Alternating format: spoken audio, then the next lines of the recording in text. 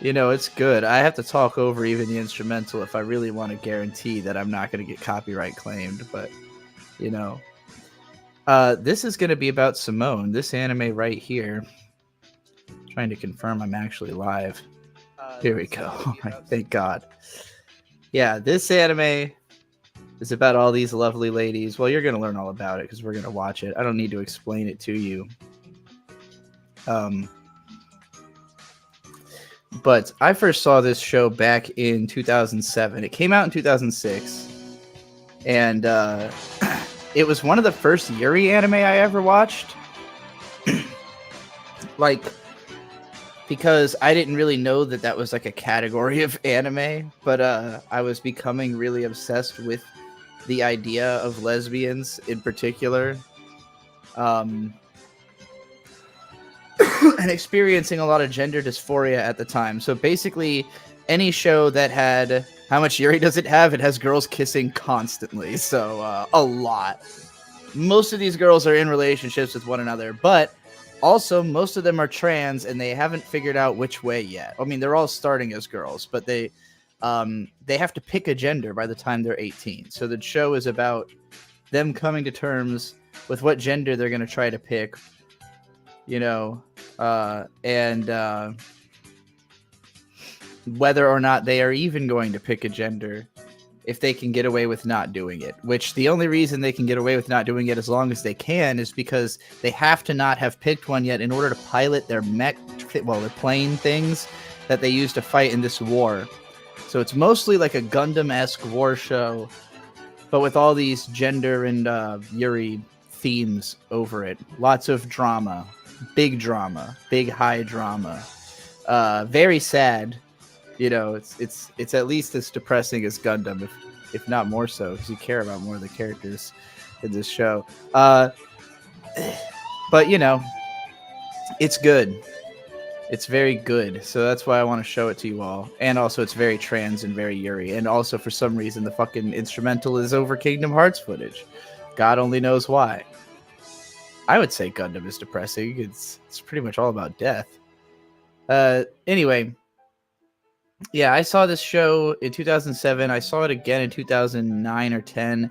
I watched the DVD commentary, which is very good. I would recommend, if you like this show, you check that out if you can find it on, one of the DVD rips of the show. I don't think it's ever been released on Blu-ray in Japan or the US.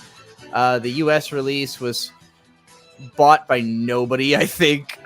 So I'm one of the few people. I do own Simone on DVD.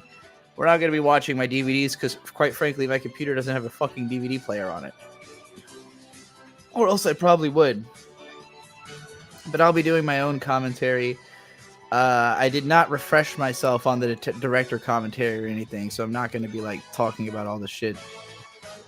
Who's the director and what else have they done before and after? That's a good question because I don't remember. It was, I think, the director and the character designer who did the Junji Nishimura, very good director. He also did Bakuan, which I loved. He did Dog Days, Glass Lip, which I only remember watching the first episode and really hating. Kyo Karamao, I've never seen, but it's very popular. He did the first season, I think, he either did the first season of Ranma or season 6 and 7 of Ranma. I don't remember. Those were the good seasons, though. He directed one of the good parts of Ranma 1.5. Samurai Deeper Kyo kind of sucks, if I remember correctly. Soul Hunter I enjoyed as a kid. True Tears I also enjoyed as a kid. Could not see watching that today. Vivid Strike I really enjoyed. So yeah, he does good stuff with low concept, trashy, budget production, which I like. I like this type of, doing the best with what you got at your disposal type of anime creation. All right. So, in the event that this stream gets taken down on YouTube, it will continue on Twitch, but I will probably bring back the YouTube stream and just call it part 2 or something. just so that the videos also exist on YouTube, because I would like this to be something you could rewatch. I have no idea how difficult this is going to be copyright wise, but we're all going to find out together. I've got the show here. If you're going to be watching this along with me, go ahead and get your show to 1 minute 30 seconds. Skip the OP. We just listened to the instrumental. You can listen to the OP on your own time if you want to. It's fine. It's a good song. I remember really not liking it at the time that I watched the show. For whatever reason. Maybe it just wasn't just too far out of my genre. I think it was actually just that the way it starts off so suddenly with the vocals going like and I was like, I don't know. It's probably like too in your face for me at a time when I was very dissociative and I didn't like things to be really in my face. And like things that are sudden or loud. I was like, oh, it's a little too much for my prissy little sensibilities. It's also very like high feminine, which I was not coming to this for at the time. Like I was into Yuri, but it was from a very like, well, it's okay to be into Yuri because lesbians are for guys, right? Not in this case.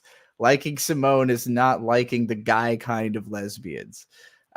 This show's hot. Don't get me wrong. The characters are attractive, and there are some steamy moments. This is not a show you watch to be like, all right, lesbians. Nah, it ain't like that. It's a very feelsy, very heavy, dramatic show. So, it's very much for transbians in my mind. Like that's the first and foremost audience. But it's not like every character stays a woman in the long run, So ultimately, it's for trans romance in general, I guess. Everybody starts as a girl. So maybe it's even less for transbians because they're the ones who they usually start as, they're transitioning the other way. Whatever. The show's going to traumatize you. That's your, and if the show doesn't, I certainly will. That's your trigger warning. If this show doesn't do the traumatizing, I will. All right. We've got 2 minutes till 7:30. I want to try to start this directly on the dot. So y'all let me know right now. If you are ready to go, let me know now, just so I know that people are ready when the time comes. All right. I'm going to change the title of the stream to Watching Episode 1 Now. And I'm going to keep updating the title as we go so that people who are joining the stream won't ask what episode we're on. Okay. Y'all are ready. People are ready. Still going to give it another 2 minutes. Just for anybody who, decided to show up exactly at 7:30 to watch the show. Is it possible to make it full screen just on Twitch? No. It's the same presentation backroom. It's just the same exact feed going to each different thing. For some reason, it won't let me even go on Twitter. I don't know why. Twitter... I'm still paying for Twitter Blue, but it's telling me I'm not. So I don't know. Maybe I gotta like rehook it up or something. I even clicked redo before I started the stream, and that didn't help. Whatever. All right, we're gonna get ready to start very soon. Is there possible to add a big time code like YMS does? I have no idea how to do that. I'll figure that out in the future because we're gonna keep doing this as like a bit.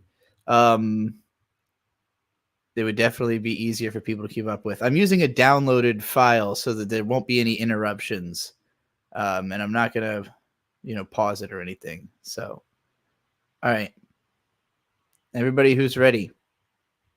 Oh, let me turn the audio of this down so I can talk over it and hopefully not get copy struck.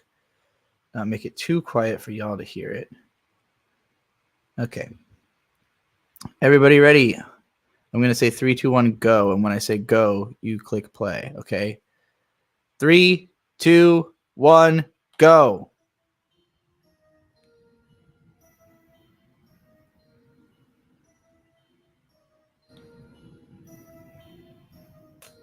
spooky, very industrial, very Final Fantasy 7 meets 9 with the airships and the big grotesque overcast city, smog pouring out of this here thing.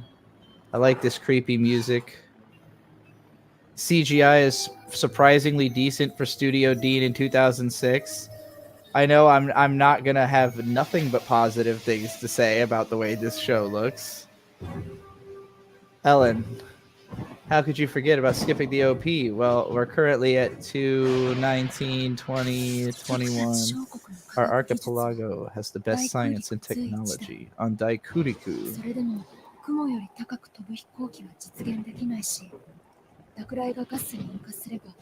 Okay, so they can't make it above the clouds. Oof. Yeah, see, already this is like a shitty situation. These people are flying underneath lightning clouds that could just kill them on their way to go die in battle, in war. Oh, I like these. This is like steampunk TIE fighters or something. The mechanical design is fucking wild in this show. The Holy Land. Okay, so this is a show about the Israel-Palestine conflict, I guess. Or something. They're invading, they're trying to get into their own Holy Land. But every time they try, the people who live there murder them all. At least that's their perspective on the situation.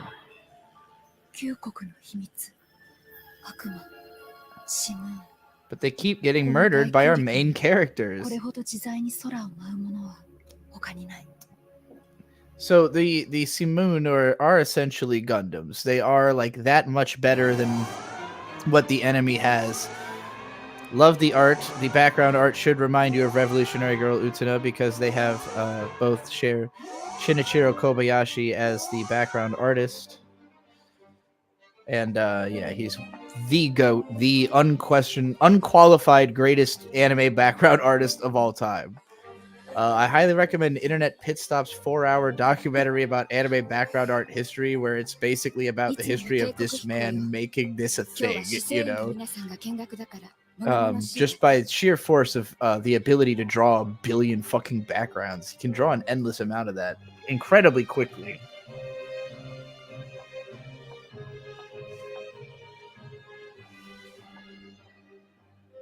Oh my god, tell me he's still alive. I'm gonna look that up in another tab. Oh, I remember this song. Wow, I'm remembering I used to listen to this show's soundtrack like all the time. I totally forgot. Like this was you know, like 3 or 4 computers ago, so okay, thank god he's still alive. Oh, he's not as old as I thought he was, I guess. Hey, they're making out already. Oh yeah, I remember how this whole scene plays out now. God, I love this fucking song. Her ass, though, Jesus Christ. The design work it really is like a case of design work. To me, always shines through what I'm going to call in this case bad graphics. Like, the awkwardness of that moment there was that the static crowd shot didn't feel right with the 3D model coming towards you. And, like, there's just too much three-dimensionality in what's happening with the 3D for it to interplay well with the, like, hand-drawn, painterly 2D backgrounds. It's very weird. It definitely takes a little adjusting. But this was, not only was this 2007, but it's Studio Dean on like their lowest possible investment level, you know, just trying to make something that's beautifully written come to life because it's such a cool idea, regardless of whether they really had the means to do it to the nines, you know. They did it at least to the 8s, is what I'm trying to say.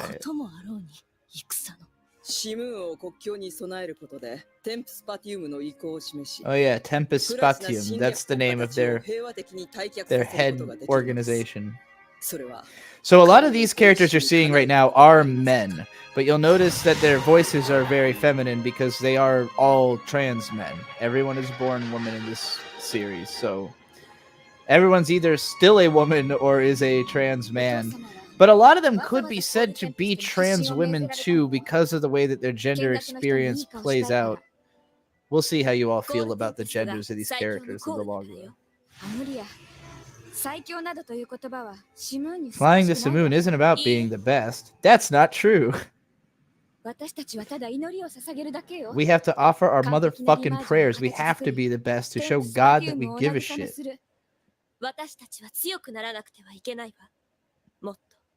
Gotta prove yourself to God.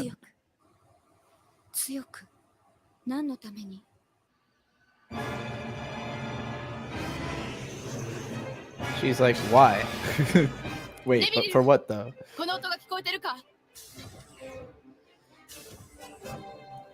It's gonna take a while to remember all their fucking names because not only are they all weird, but they're all pronounced, it's spelled Neveril and it's pronounced Nibiru. So I don't know. I'll probably go with the Japanese pronunciations just because that's what they're saying, you know. Nibiru. Hello, Gary. We're at I don't know. Somebody else can tell you what time. Can't get my fucking mouse to go to the right screen. There we go. Oh no, I'd have to pause it. So an entire other team has been killed just now. As many people as how many we were just introduced to just died somewhere else on this battlefield. And they're all like, wait, what? You all died? Wait, what?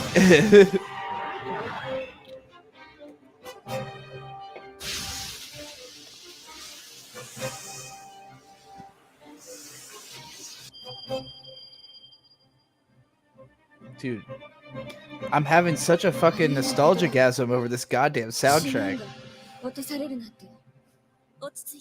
I literally forgot how good it is. Who made this fucking soundtrack? I'm gonna look that up. Incorporating classical music.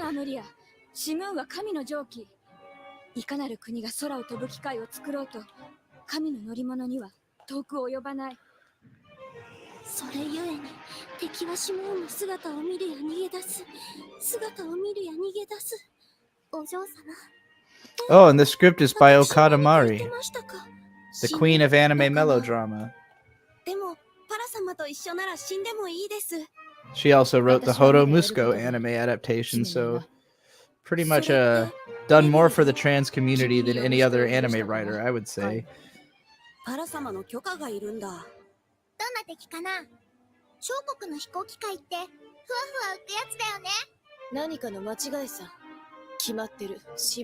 like how much of a hard ass this girl looks like.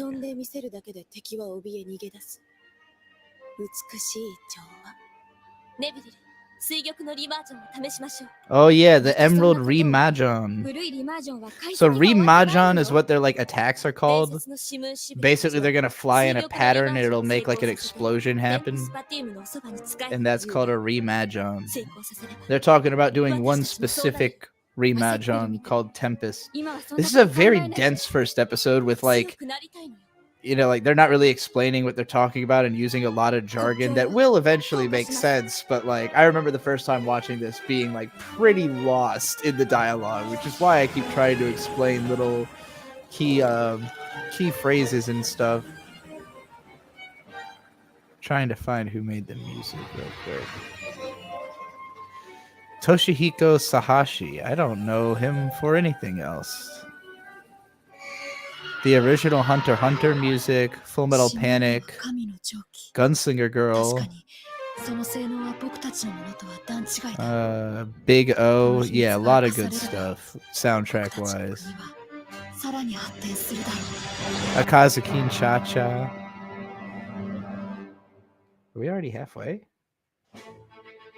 I can't fucking... I don't want to click on it and make it pause.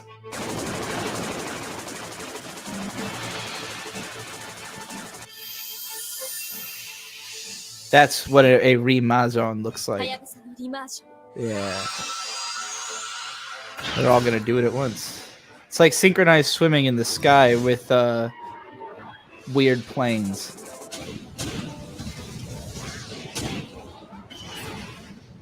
And the effect is kind of like when the Nirvash does the cutback drop turn in Eureka 7. It makes the 7 swell. Why do I know all these fucking anime jargon? I can't remember the names of people I meet in real life, but I can remember the cutback drop turn and the Emerald Re-Mahjong. Well, I wouldn't have remembered that if we didn't watch this. この秘密を知れば、僕たちの国の技術はさらに発展するだろう。なのに、旧国はシムーンにまつわるすべての秘密を長く隠し続けてきた。探ろうとする者はシムーンによって地獄へ送られると言われてきた。だがどうだ、シムーンはただの機械だ。地獄などどこにもない。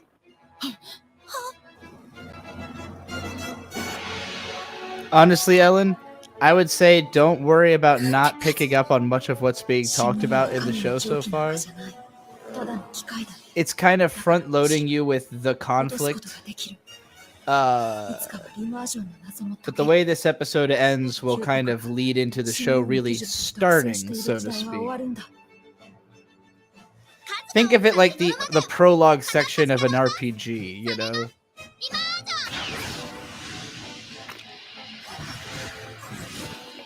Certainly sounds like the prologue segment of an RPG.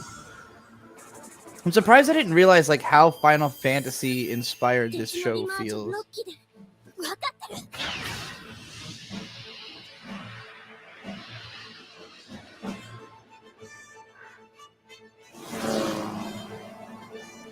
I guess just because Final Fantasy is so much more aesthetically well realized, we'll say.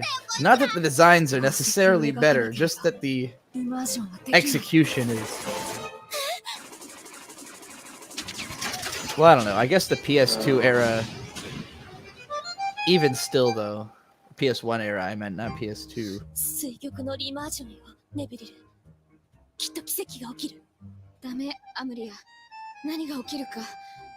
強くなりたい。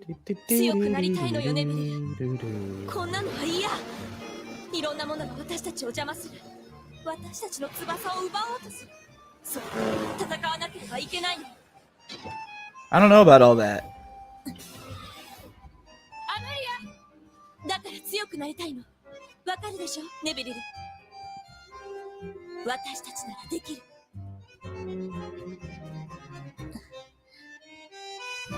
What do you think? Do you agree with her? Do you think they can do it? Do you think they can get stronger? In this woman's opinion, that is literally all they need.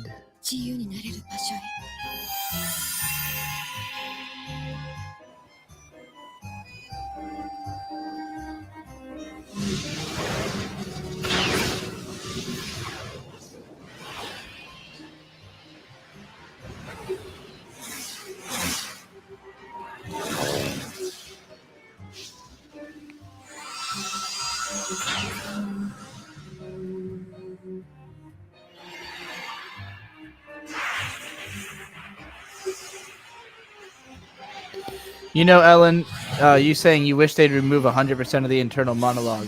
That is something I remember heavily bothering me the first time I watched this show, particularly that it makes... I feel like it makes Neveril hard to like in these opening scenes because she's so spaced out and you kind of don't care about her thoughts. But they do matter. In the sense that we need to understand that she is really, like... She kind of doesn't understand why this is happening. Like, why are they doing this? And so she's kind of lost in, like, a... I guess an absurdist, like, existential quandary.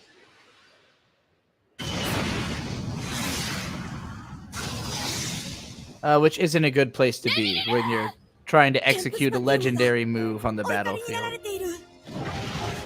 シムーンは機械だ。神の長期なんかじゃない。僕たちの国は必ずこの悪魔の秘密を。 I'll give you my whole read and explanation on what this episode is trying to say afterwards. I do feel like this first episode should have been like 3 episodes, but I understand why it's very compressed, because like the real main character of the show shows up at the very end of this episode. So this story was like too much to try to tell inside of one episode as like a prologue. They definitely didn't do it as gracefully as the Witch from Mercury prologue, which I frankly liked more than the rest of the show. But this is kind of comparable to that. Hey, it's one of those. Those are called harmonies. That's a specialty of Shinichiro Kobayashi. So yeah, the other girl died. The girl who was like, we just gotta get stronger. Get stronger. Yeah, she's dead now.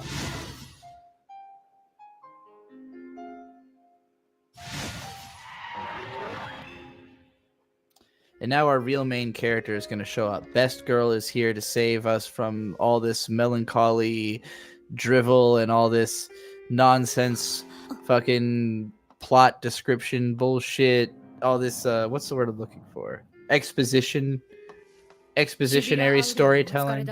伝言を受けたまわろう。パライエッタ様。 Well, that girl's hair. 私たち船を降りるのかい。はい。 オナシアにお会いしに泉に行こうと思います。 Ah, they're gonna go choose a gender, which means that they cannot be pilots anymore. はい、私男になるつもりです。 She's gonna become a dude, or he's going to embrace his manhood. I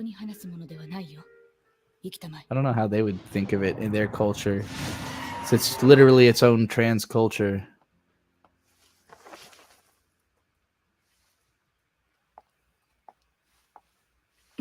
ずっと扉を見ているつもりですか、先輩。私にはシビラの悲しみを癒すことはできない。同じように悲しむぐらいしかね。 Boo. Go in there and be like, hey, what's up? Hey, check it out.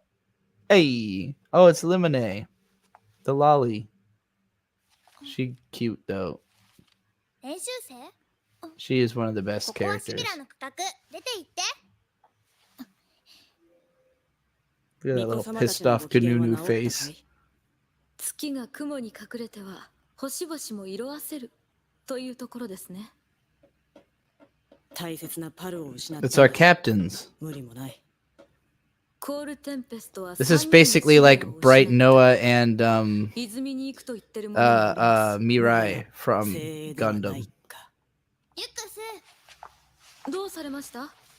シビラフロエ、シビラリモネ。実はこの子が、シビラ？だって年少ですが特別にコールテンペストに加わっていただきます。 She's a young genius, meaning they have run out of enough pilots of age. They are now taking young geniuses like the 12-year-old. しかしこうでもしなければシムーンを守ることはできません。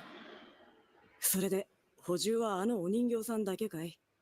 いいえ、執行前にもう一人。また代わりだ。 They're gonna get another 普通ですよ、 pilot. 船長。 Here she is, our best girl.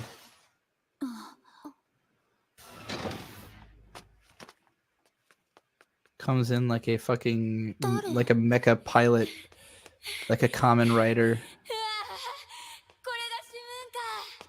I love her voice. 初めてだ。シビラアイルですか？遅かったですね。 And her hair.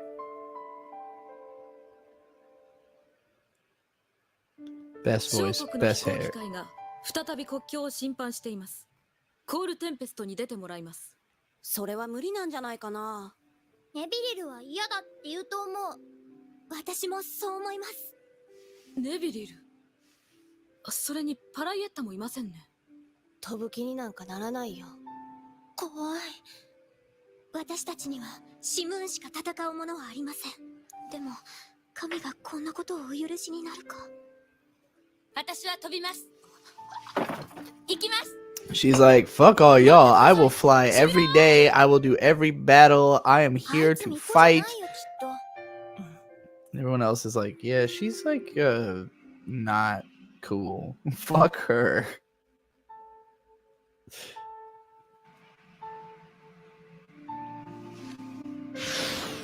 I love this. This is their 0G float around practice space.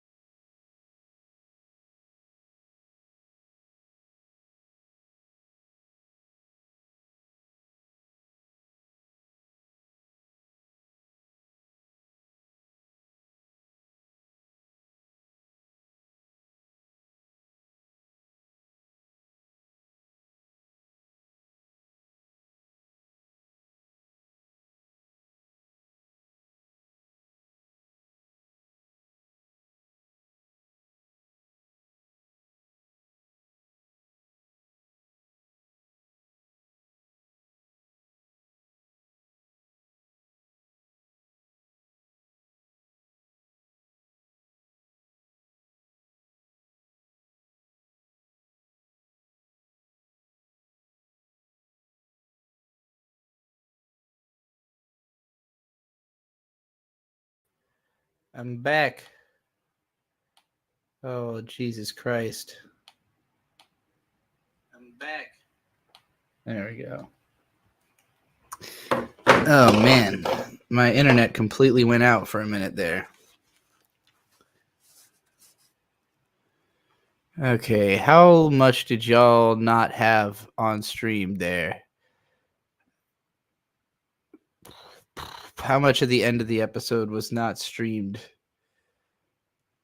Because from my perspective, I basically noticed that it wasn't playing like right at the that it probably was not live anymore right at the very end.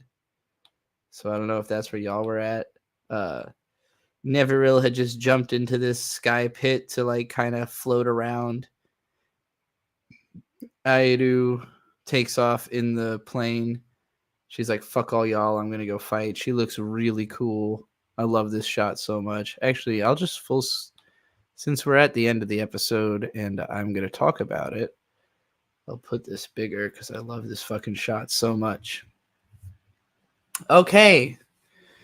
Let's book club this and go over what we just saw a little bit, because it is a very dense first episode, and I don't think it's necessarily very good. I think it's okay.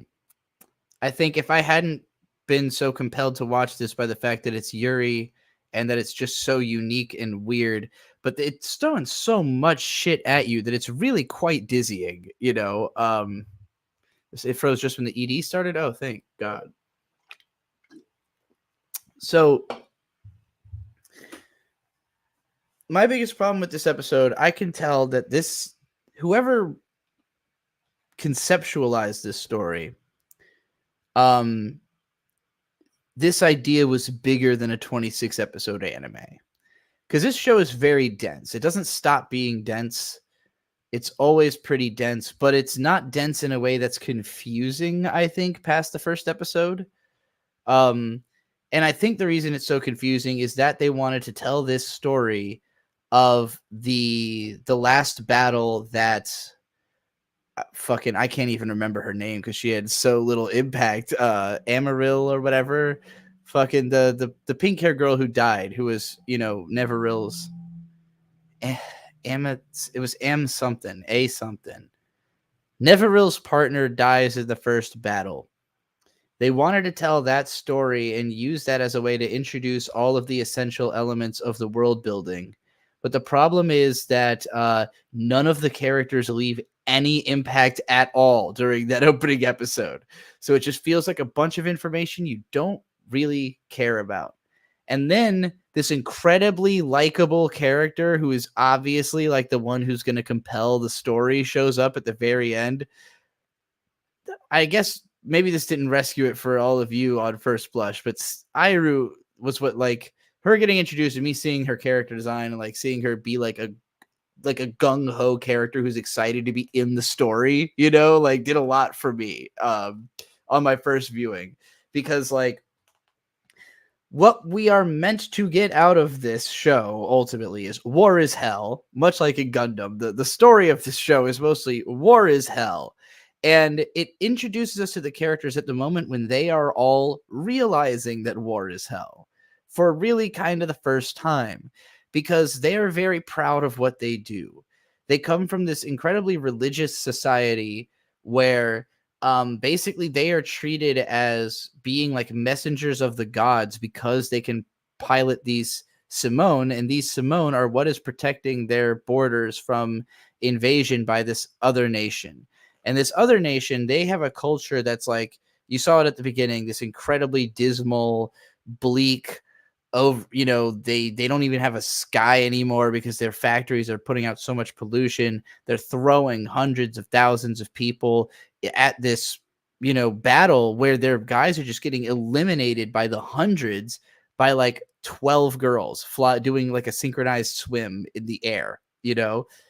And to both sides of the conflict, they are seen as something like angels, because the invaders, like, they believe that this is their holy land, that they are supposed to come back here and they are supposed to have this technology as well. But uh you know, the people within that nation are trying to keep them out, keep their culture out.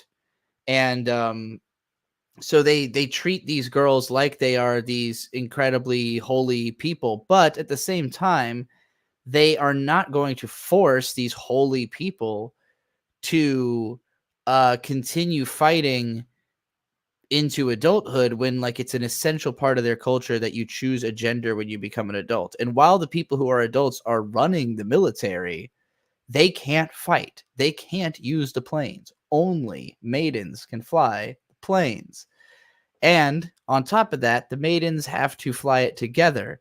And something that isn't really explicit in the first episode that should have been, but I guess there just wasn't space to be implicit about it, is that they have to be like kind of thinking the same, like they have to have the same intentions for it to go well.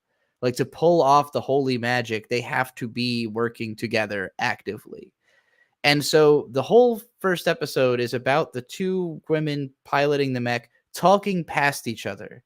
And this could have been interesting, but the problem is that the girl who dies, is just such a over the top, like, zealot of a character. It's hard to really like her. It's like Pacific Rim, yeah, or Evangelion, or, you know, anything where they have to work in coordination. Go Danner. It's a pretty common trope in mecha shows because there's a lot of combining in mecha shows. But this is more of like, yeah, synchronization. And throughout that whole first episode, the pink-haired girl, who's kind of like their leader, she was like the fearless, the most intense, the most like, I'm going to be perfect, I'm going to go for the gold. All of us should be striving to be the best we can because we are serving God. You know, like, this is us basically doing rituals for God, showing our loyalty to God so he can bless us to go into battle. And Neverill is kind of like, doubt, you know, like, well, why does God want us to do this? Like, what's the fucking point? It just seems like we're like going out there to die, like, and she keeps hearing these stories of other platoons that have died. And then as they're going into this battle, an entire other unit, a whole choir, they're called choir. So this one is Choir Tempest. Some other choir was completely annihilated. We still don't really know how that happened. Maybe they just weren't as good as our choir, but we know that they have been dwindling numbers, because even at the end of the episode, we learned that, they're at a point where they can only send 2 pilots. One of them is this girl who I'm pretty sure we're going to learn has been like rejected a few times or something. Like, she wants it too much, which is not really a good thing for a fighter. And Limone, who's 12, she is a genius, but she's 12. And you got to remember, these people have to pick a partner that they're going to link up with and like match intentions with and communicate with in order to pilot these things. So, you're going to see the difficulties everybody has with that as we go through this show. But yeah, so this first episode is mostly about the miscommunication between Neviril and this woman who she really looks up to. And I would strongly compare this to the Kamina Simon relationship from Gurren Lagann. And this came out before that. Is the lolly going to make this problematic? I don't think so. Some people probably will think so, but there's not any there's nothing suggestive about the portrayal of her character, and she's a really good character. So I hope everybody just loves Lee Monet, because she's really great. Some of these girls are terrible. Some of them you will really hate because they're like bad people, and that's gonna make the show fun too, to watch you get like really in love with some and really hate others. But there's a lot of follow through. You will definitely know what happened to everybody by the end of this show. So yeah, but I think the story between Amaryl, or whatever the fuck her name was, and Neviril should have been fleshed out more. It needed more time. I think they could have cut out more of the explanatory stuff, because a lot of that's going to be explained again later. And I get that maybe having 2 points of contact helps, like seeing the actual action kind of matters before we go into like the character stuff. But I don't know. It feels like again, too much information and not enough of it interesting, not enough of it engaging in about the characters. And like, I think Witch from Mercury went a little too hard with the whole happy birthday shit, like trying to really pull on your heartstrings. Like, I don't need it to be that much. But it needed to be more dramatic than this if it was going to end on like, the one girl losing her shit that she just lost like her partner, because I could tell how much Neviril like looked up to her and was kind of blindly following her, but there wasn't a sense of like exactly how close are they, what's their relationship like outside of that they go into battle. And again, the one girl, all her personality was, as established, is, well, we have to be the best because God. Got to serve God. Let's go into battle for God. Maybe that's just letting you know what the mentality that is the enemy in this show is supposed to be. That like the character you're looking up to is telling you everything's going to be okay as long as you just work harder and get stronger, and that is not true. So look out for anybody spreading that message, because it's not a good thing to be saying in this situation. I think that's what the takeaway is supposed to be from this episode. But yeah, I think they could have done a lot better at making those two's relationship something we cared about personally. Because I remember being like upset that the first time I watched this, being upset that I felt like I was expected to give a fuck at all about the fact that that girl died. And it's going to still be like, Neviril is their ace in the absence of her partner. And Neviril is not okay because she doesn't think they should be doing this at all.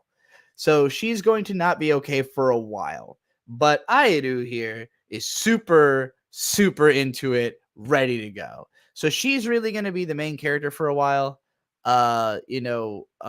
She's sort of the Utena to Neviril's Anthe, if you will, but they are both pretty actively involved in the plot. I would say all the characters are more actively involved.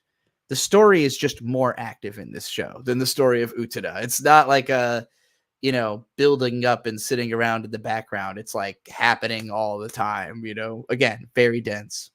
All right. So that's my take on the first episode. Let's get into episode 2, see if it'll do a better job of engaging everybody in this show who hasn't seen it yet. Skip to 1 minute and 30 seconds exactly, and then I will do a countdown when it's ready to start.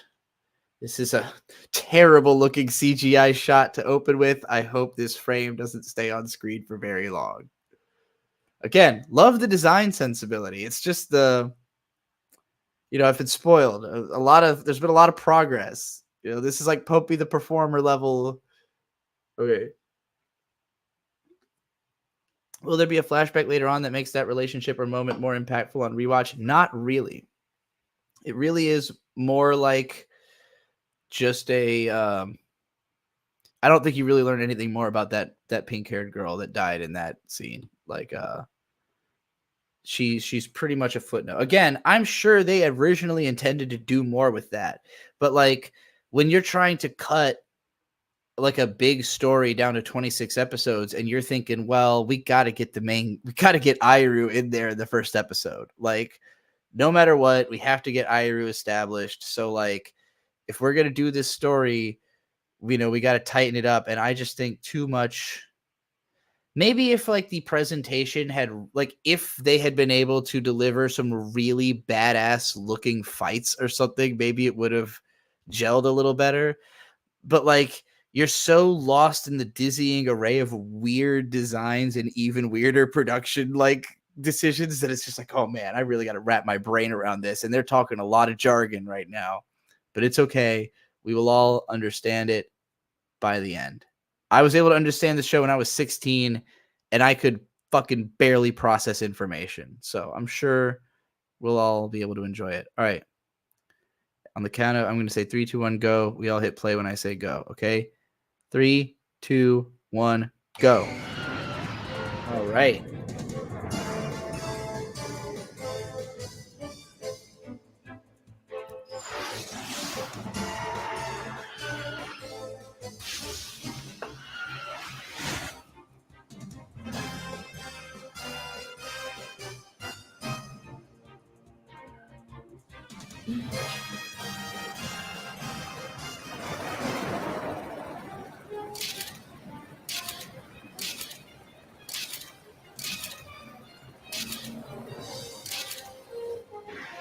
I would also say that as much as I shit on the 3-episode test historically, this is a great example of a 3-episode test kind of a show because episode 3 is where the first like really like cool dramatic thing happens.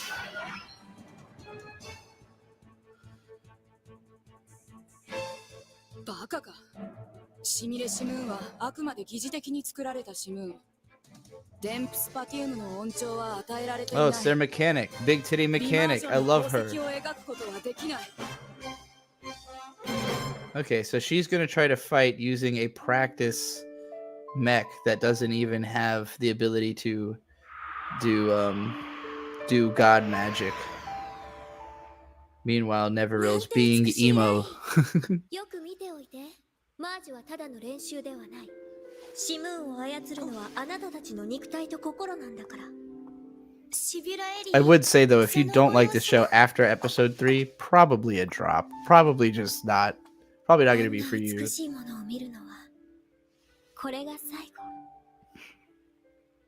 Damn. Neverill's not quitting. Don't lie to yourself. She's way too embedded in the promotional material to be quitting. God damn, did she just crash into that motherfucker?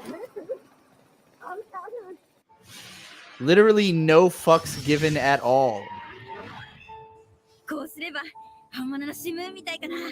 Well, no, because you're at a practice. She's fucking vicious. I really like how they always take a second to at least humanize the people they're murdering. Like, they're like kind of faceless nobodies, but like they seem legitimately horrified and like overwhelmed by the might of the Simoun.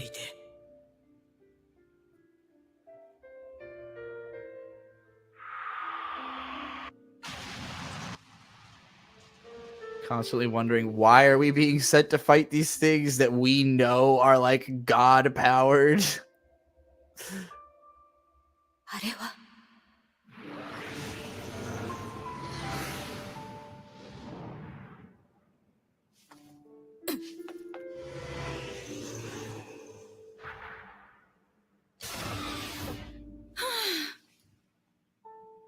I can't believe she literally just crashed her plane into them. She was like, fuck you, you're weak.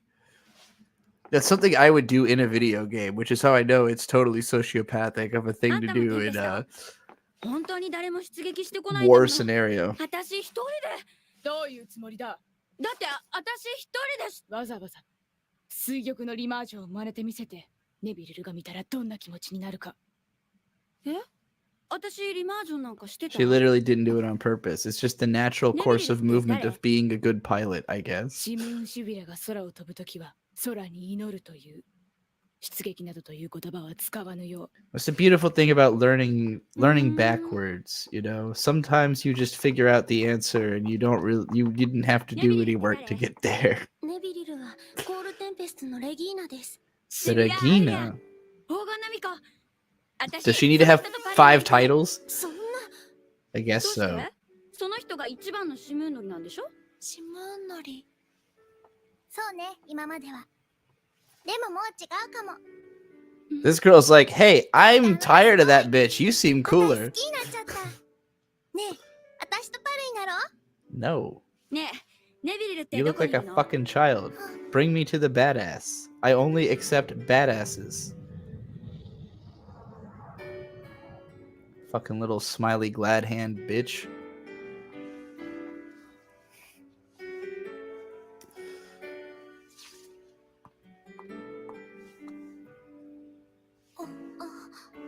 The fucking eyes on some of these girls, man. There's definitely some Studio Dean pudding face going on here. I like their outfits, though.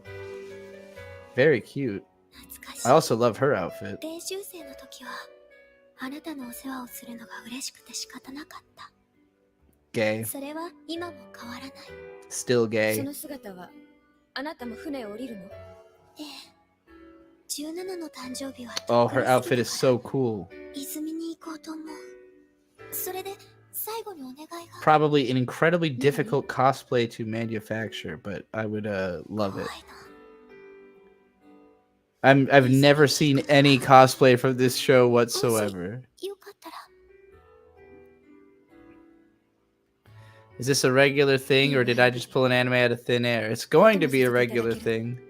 And I definitely didn't pull it out of thin air. ネビリルはいない I selected the most ideal anime for my audience to watch at this point in time. ここが私たちコールテンペストの整備区画ねネビリルいないのいませんかネビリルここが食堂それからここが舞踏室ネビリルいない I love that they're like trying to give her the tour and she's just completely blowing them off. ここが選手展望 Please stop following me unless you're gonna tell me where the chick I'm looking for is, you motherfucking leeches. 彼女には今パルがいないから私がお供するわ嘘だったらどうしてあなたまで荷物をまだ心の整理がついていないのだからもしかしたら So if you can't Jesus Christ. If you can't tell, Parayeta here, the purple-haired one, she really wants to pair with Neveril. She's obviously massively in love with her, but she doesn't think she can take the place of the girl who died. This girl does. She does not give a fuck at all. あんたのパルになろうと思ってるシムーン乗りでいられるのは男でも女でもない You could only be a Simoun pilot when you're not a man or a woman. Keep that in mind. That's how she thinks of herself. They are not men or women. They're not girls. They're undecided. They're not gendered in her mind. この国の非常時にあなたを失うわけにはいかないからオナシアのお許しで泉に行かなくてもお願いパライエッタ通して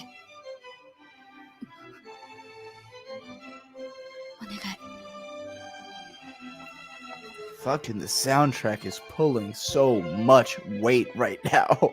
人は皆女として生まれてきます。しかしこうなし社会を作るには人の半分は男でなければならない。テンプスパティウムは世界をそのように定められ、17の誕生日を過ぎたら泉で私たちは性を選ぶことが Oh, できます。 17 they can choose their しかし sex. シムーンシュビレはそれが猶予されます。 私たち So の all of them 究 are 極は short of 他国 17. からの言われなき侵 But 略 the を受け youngest, て I います。 believe, is 12. それに対抗できるのは So they're basically all シムーンと in 話せる puberty. あなたたちだけですから。望む方は泉に行くことを遅ら Obviously, せることができます Parayeta is a little bit more developed than the rest of the girls, I think, 強 though. く泉を望むならそれを止めることはできません。特にコールテンペストは戦いが始まって初めて。 Although it's funny, in this shot, they're drawing her with like no tits, when in all the other shots, she had like massive 17になっ tits. ている方 They're は very ネビルと同じ inconsistent with 成績の自由です。 just the そんなの overall するわけない body じゃん。 drawings in this 男にな show. るか女になるかまだ決められない。決めたくもない。シムーンに乗って戦争してれば泉に行かなくていい。だから私はここに来た。みんなは違うの？とんでもない。泉に行ける年になったら行くべきだわ。それが大人になるということですもの。だけど今は私たちの力が必要とされているから。へえ、そうなんだ。じゃああんたたちはみんな男になるか女になるかもう決まってるわけ。 Shuts them all the fuck up. 決まってるの姉さん。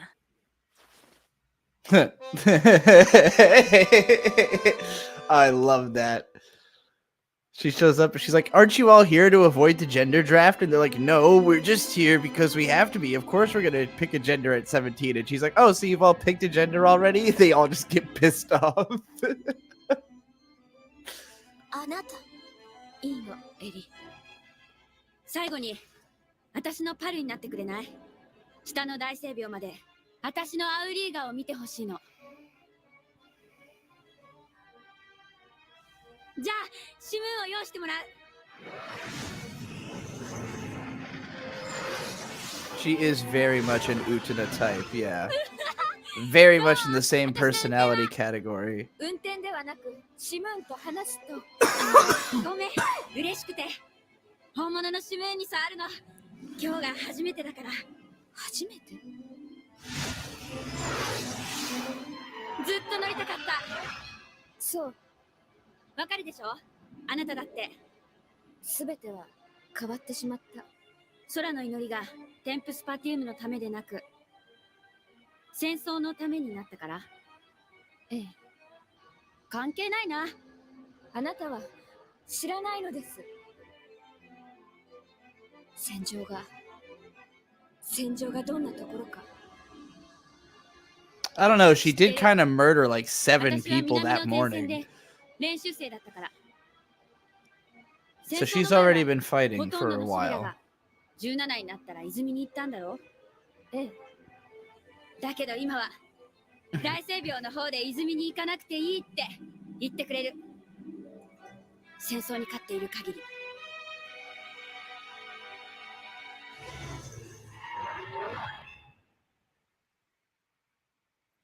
She's incredibly determined to not have to pick a gender. That is her entire motivation. 失礼ね。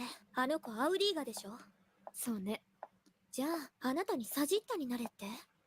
この国最高のアウリーガに。 His ideas, I agree with you. The biggest problem with CGI in shows like this isn't the detail rendering, it's the motion. It looks so stiff.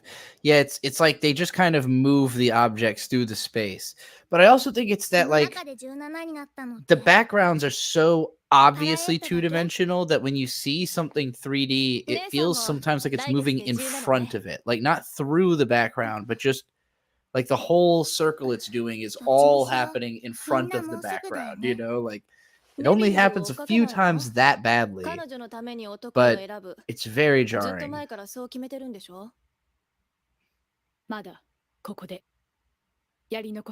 she's already planning, I guess Parayeta could be considered a he. He's already planning to become a man, but is pretty much just sticking around because Neveril is here. As long as Neveril is still aboard the ship, Parayeta is not going to go and embrace manhood.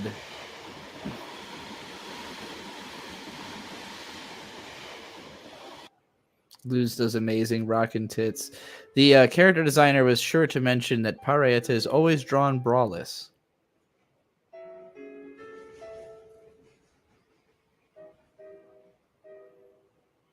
エリーは決めていたの？泉でどちらを選ぶ？ I'm trying to remember what did she do other than this show. Let me go look that up. I think it was the designer who's in the そう。 commentary with the director. 女でいる方が自然だと思うけ I've ど always been a girl, so I think staying that way would be the most natural. 結局男にならないと仕事も限られるし She wants to become a man to not limit her career choices. So there's more at factor here than just how you feel emotionally on the inside, and that's also what's complicating factors in this story. Nuance. I like it. お美しい And here you can see how people feel about the priestesses, literally like worshiping them. I mean, she is wearing like a nun robe practically.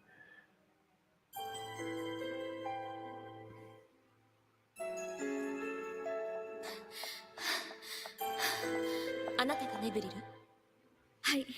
Yeah, I think it was Asako Nishida, who was the other person in the commentary. 楽しく食べそうね She did character design for the Vampire Knight anime, Hoseki no Kuni anime. Definitely interested in gender nonconformity. Denpa Onna character design, that was a gorgeous character design show. That was an excellent job. What else do we got here? A bunch of Love Live. Shumatsu Train Dokue Iku.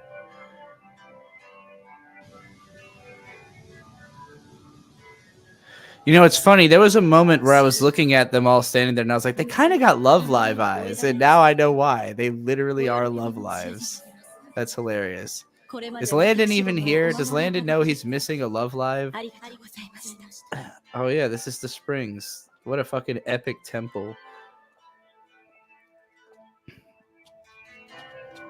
This is very like Shadow of the Colossus. Love this design, this place. Don't do it, Neveril. Don't become a whatever you're gonna become. Did you even figure that out yet? The fucking soundtrack is so goddamn good. Do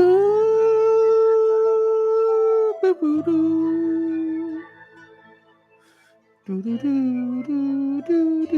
うしよう頭の中で男か女か思い浮かべていてももしどっちも考え I て keep trying to imagine myself as a man or a woman. What will happen if I make a decision? エリー。 Don't worry. 同じや I think we're about to find out 大休校同じや whether or not 17の choosing a 誕生日 gender is a 長く参 a 考いたし clear ませんで cut したこと easy process that just makes people, you know, immediately satisfied with their true selves. Or 祈りを let's see what happens.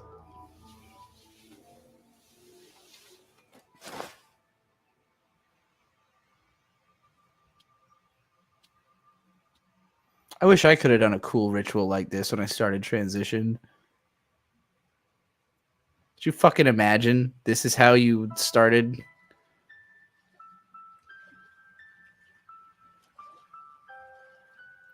Why does choosing a gender make it so they can't pilot the mechs? I'm not sure if there's necessarily an explained reason. It's as far as they understand it, this is basically religious. Like they don't really get it completely themselves, I don't think. 決められない They just know that if they haven't undergone the ritual, she couldn't decide.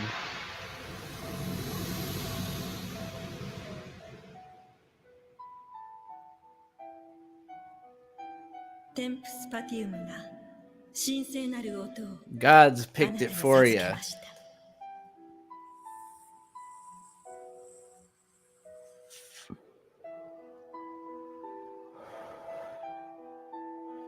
It's God's plan that Drake talked about. Nothing could go wrong. 今日から She looks エリフだって her name is now Arif. おめでとう。 Imagine God says you're gonna be a boy named Arif now. でも My voice will change and my breasts will get smaller. No! No! Press the go back button. ええ。何も変わってないわ。 Edifu. Boom. You hate to see it.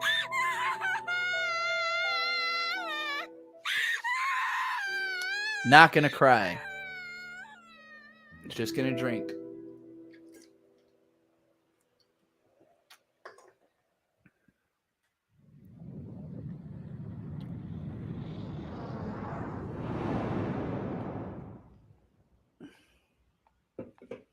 これはシビュラロードレアモン。 あなたも残るのお嬢様。私はシビラになりなさいってずっと言われていて Neveril didn't do it. 今 She 更帰っても怒られるし you know that song that's like, I never had to knock on wood, but I know someone who has. And I'm sure it isn't good. That's the impression that I get. I think that's what went through her head.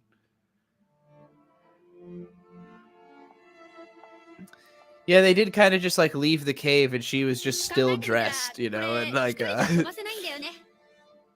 I don't know if she actually had intended to do it or she just intended to go with that girl and watch her do it. And like oh shit. Let's go. Giving love a second chance. God, they are so fucking adorable together. I really like that Neveril is taller than her. Oh, this music is so gorgeous too. Oh, I'm swimming in it.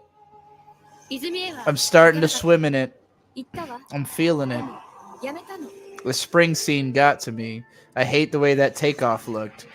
The incredibly awkward fucking... Okay, I've been taken back out of the swimming by the incredibly awkward CGI of that takeoff. Oh, I love the tone of the sky though. Moto takaku, onegai. Take me, can you take me higher? Moto takaku, onegai. Holy shit. They really went full Creed, and they're like, you know, religious too, so it... Okay. I liked that one. I think that was a lot better than the first episode. What do y'all think? She just kind of changed her mind for no reason. I just don't think it was meant to imply that she was planning to do it. I think that's just what everyone else was assuming, particularly Paraieta, who's like afraid. But Paraieta said that she was sticking around because she knew she still had work to do. So maybe she didn't think she was going to do it. I don't know. I don't feel like she ever explicitly said, I'm going to go pick my gender. I think she might have just been planning to spectate to see if it was a good idea, and then like saw it happen and went, nah, you know what? I'm good. That would have been my reaction. I mean, if I walked out with the first girl and she breaks down in tears, you know, she looks incredibly unhappy about everything that just happened, I'd be like, yeah, all right, maybe not. Maybe I'm going to skip the picking a gender boat, you know. She was thinking about... I definitely think she was thinking about it. I just don't think she had made a decision yet, you know.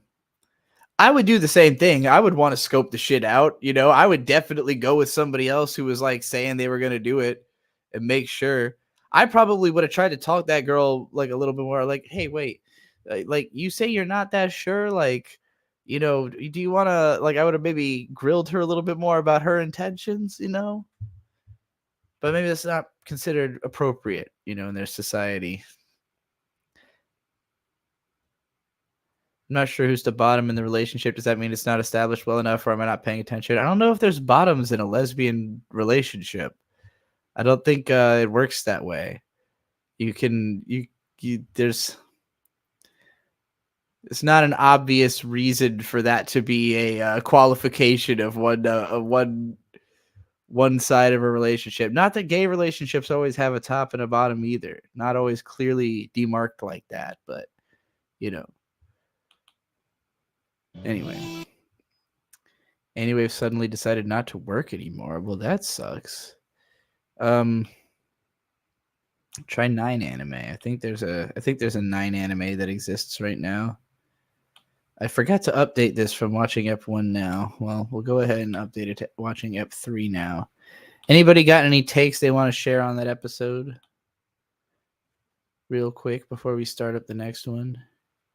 More thoughts? I still feel like most of the side cast still hasn't really left much of an impression.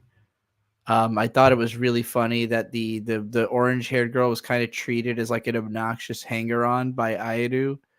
But Aeru definitely, I feel like we got to learn enough about her to be like, all right, this girl's cool.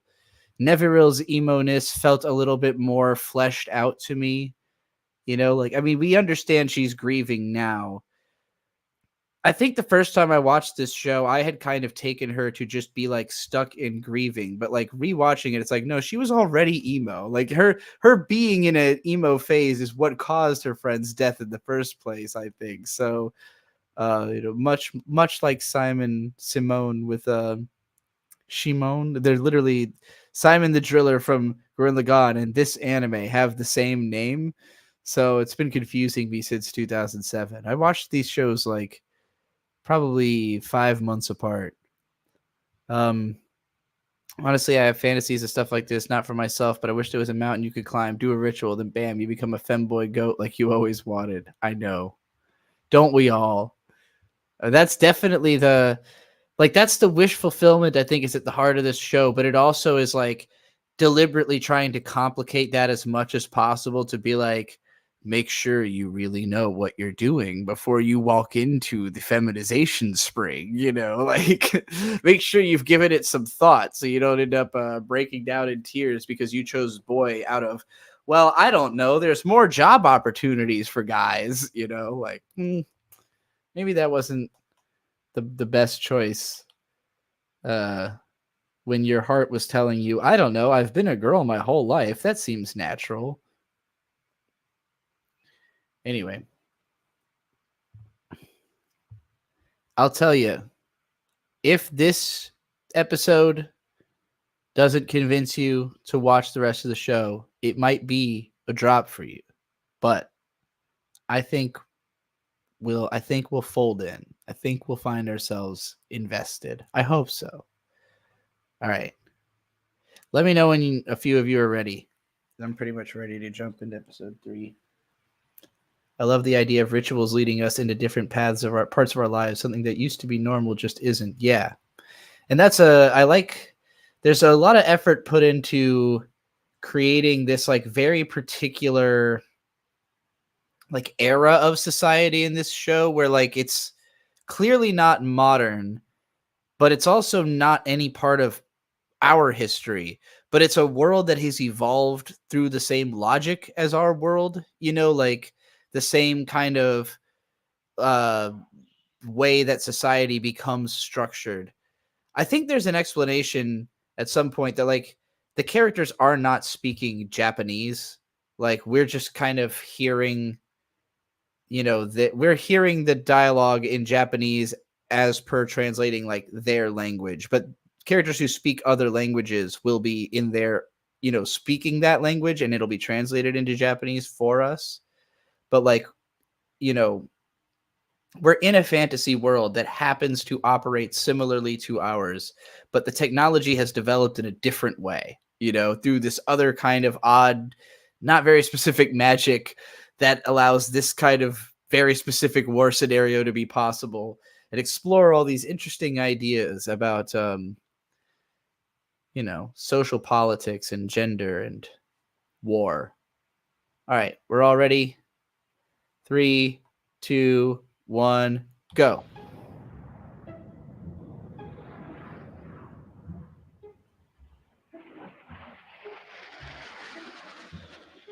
Once again, going straight from a really bad-looking CGI close-up into an amazing, gorgeous, painted background, and then interposing the two onto each other in a way that kind of works.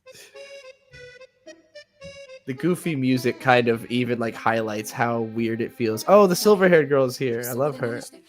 あら、どうやってここに入った？ Ada! What a first line of dialogue to やっぱり have. シムーンはシミレとは全然違いますね。誰かと聞いてい I る。 like her voice. それにその服は。ワポリフすまん。それはうちの新人だ。これは失礼。シムーンシビラとは知らず。いえ、私の方こそごめんなさい。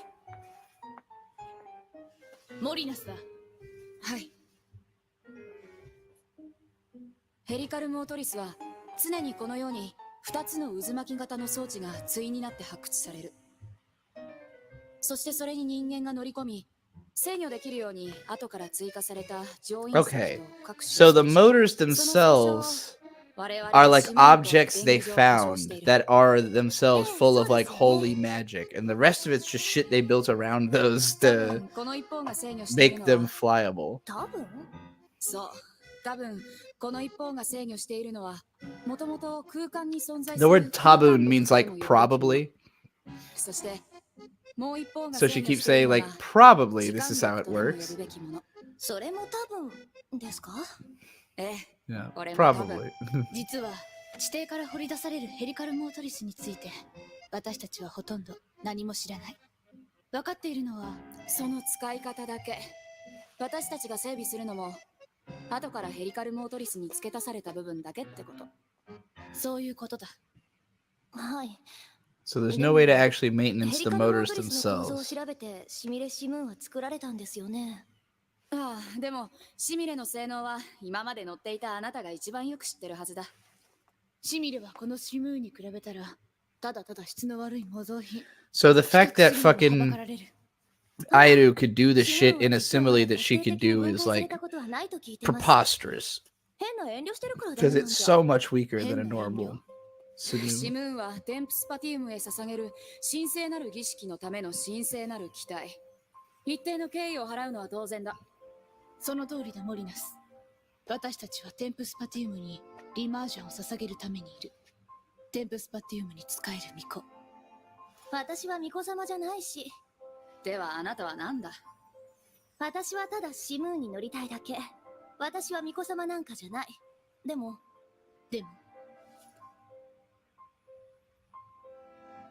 兵隊でもない。あなたもでしょ？パライエッタ。 This girl's like, I'm not a soldier. Airu's like, I'll fly my plane into people. そうそう。 I got soul, but I'm not a soldier. I got soul, but I'm not a そ soldier. れに。ごめんなさい。私あなた見たとき一瞬はポーリフの新しい恋人かと思っちゃった。なわけないか。 I wonder if Wapurif is meant to be a man or a... 午後はシミレとシムーンの It's 違いについ basically て their tits like もう少し詳しく slowly 話してあげ shrink. てほしい。お安いご用だ。 Um, シムーンのことに限らず、この船のことでもわからないことがあったらいつでも私たちに言ってくれ。ありがとう。 Shame on everybody for not downloading this show in the 5 days that you knew we were going to be doing a 午 group 後はもう watch. 少し新しいことを教えてもらえるのかしら。 I downloaded the show. You know how lazy I am. Distant War.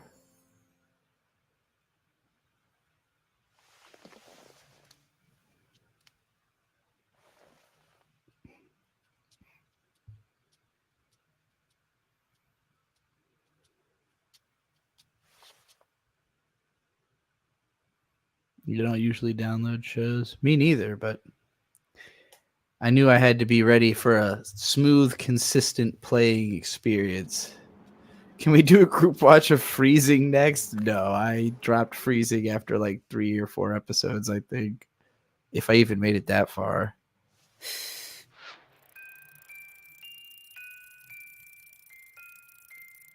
You don't have enough space on your computer. It's only 4 gigs.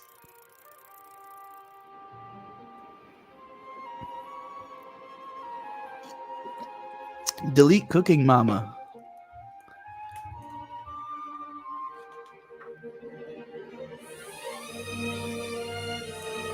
We're just like playing lovely music and exploring the ship now.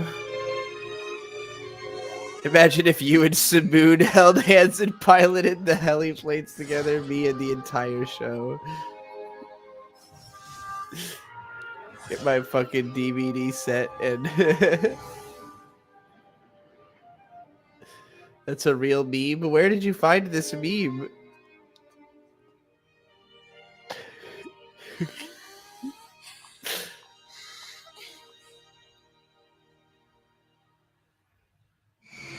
Well, that was a very pleasant little interlude there, out of nowhere. ネビリル、泉から帰っていただき感謝します。 Maybe the script came up a minute short for this one. I don't know. シビラを続けることを選択したと思っても良いのですか？まだよくわかりません。それに Or they just didn't want to jump into this drama right away. パルがいません。ですが、あなたは帰ってきてくれました。 Just wanted to showcase that very nice piece of soundtrack music. I don't know. あれ？ Save these fucking animators from the hell they seem to be experiencing. ごめんごめん。ってなんだっけ？朝食の後、舞踏室に集まるのが私たちの決まりだ。深夜の担当コールだった時の習慣ね。で、みんな今日午後3時からプールでマージをやることにしないか？みんなで集まるの？それ強制ってこと？ああ、それを午後の3時から？それいい、やりましょうよ。今みんなあれだし。我々は3人の仲間を失った。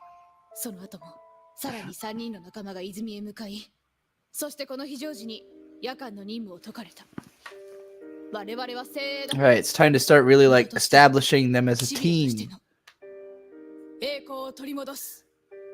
私やりたい。入ったばかりだし、現役のコールのマージュに参加できるなんて素敵。で、それを午後3時にってわけ？ねえ。 I remember this being a pretty good scene actually when they start flying around. Establishes a lot of personalities and the way that these girls each approach relationships is kind of established in the way that they all fly around in this scene, if I remember right. マージュの時間なのよ。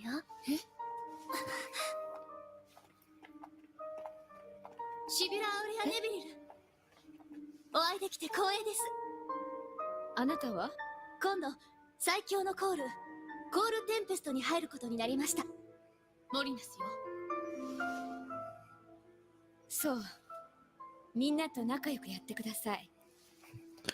Sure, hang out with the rest of my crew. Stay away from me, weird new person. Hang out with the other newbie. Fuck you. Get away from me. I'm doing shit. あなたのはずよ。たった一度パルを組んだからって、うぬぼれ。もともと君にアムリアの代わりが務まるなんて。 Hey, bitch, get in line is what she's trying to say. パライエッタ。午後3時にみんなプールに集まってマージをやるんです。そう。その時間はシュビラアウレアのマージの時間ですよね。もしまだパルを決めていないんでしたら、ぜひ私。 I'm with you, Aura Luna. What I love Dean for is they still attempt amazing directing. マージュのコールはその時の流れの中で Even if the budget isn't there, they still have great directors. I think it's just a problem of like the animator, you know, like getting to the animation stage. They don't have. そう。 I think this show is just like too ambitious, but nobody was going to do it. Like, what's great about Dean is that they will make a project happen that just I don't think would happen. Like, it's like, well, it's not gonna look as good as you want it to look, but we'll fucking do it, you know. Would the world have Simone without Shimoon without Studio Dean? I don't think it would. 大丈夫。あれが実際にアルクスプリーマに被害を与えることはないわ。はい。あなたたちは誇りあるシムーンシブラの候補生です。もっと毅然としないとね。And frankly, the soundtrack carries so fucking hard. Like, I could be looking at just the ugliest, like that scene just there was just hideous, but the music was so awesome that I was just like, God, this fucking music, you know? Like, while I'm looking at just hideous character art.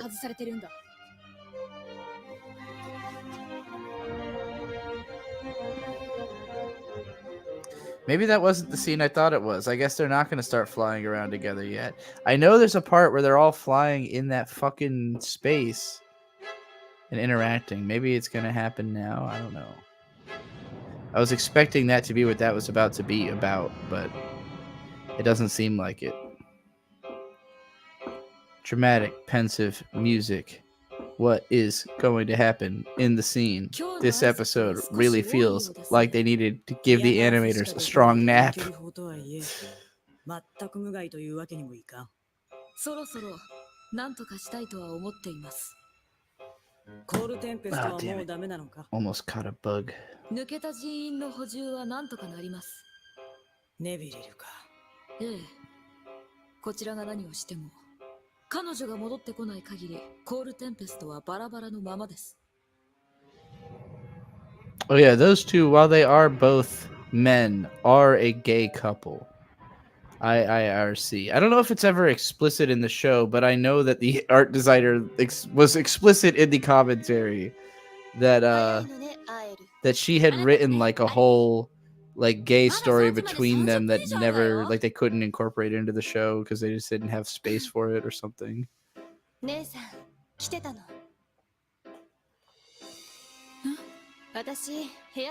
you see hints of it. They definitely set up for it. These two, the sisters in this show have sort of a Lily Orchard and her sister relationship going on, if you catch my drift. That's gonna get that's gonna get a little intense later on.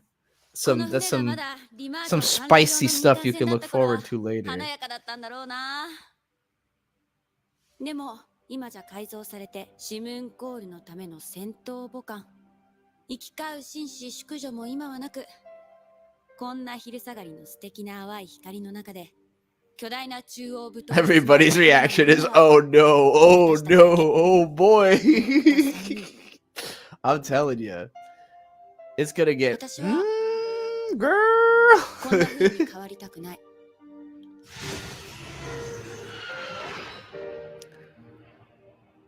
And she did what? 楽しそう。私我慢できない。これ今飛ばせないの？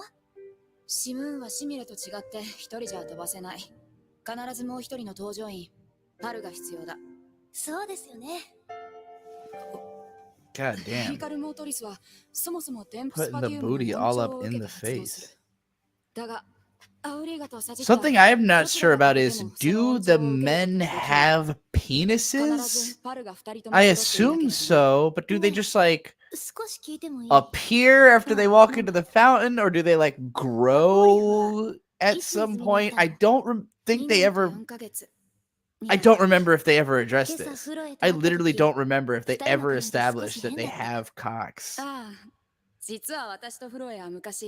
don't know what they mean by men, you know? Like, obviously the boobs disappear. They get like a masculine jawline. Their voices barely change, though. And is it just like doing hormones and getting a tit reduction, or like, is it like, do they get a dick?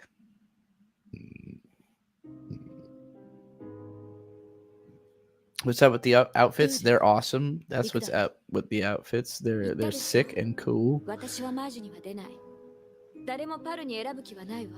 just what they piloted, you know? アムリアのことは残念だった。アムリアは私たちにとっても大切な仲間だった。I really love Neverill's outfit a whole lot. I would super wear that, and it's really upsetting to me that this show is not nearly popular enough for there to be any cosplay out there of it. I would fucking buy that up in a heartbeat. It's the most like purple frilly pilot suit I've ever seen. 強くネビリルネビリル見てはダメ目を見ては殺せない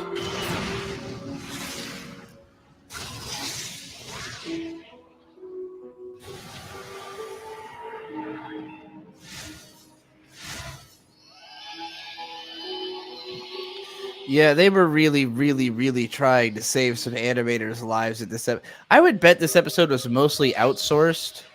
I'm also not sure if this is the episode where the thing I was saying that happens in episode 3 happens anymore, because I'm not sure if we're building towards what I was expecting to happen at this point.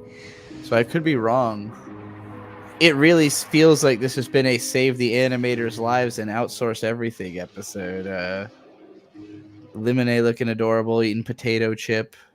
She always be eating potato chip in the library. This girl's got the braids. What is it? The braids?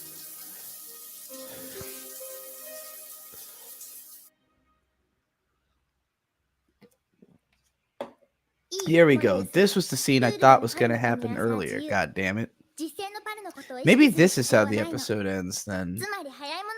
Because I definitely thought we were building towards a different scene, but I might be wrong about what episode that happens in.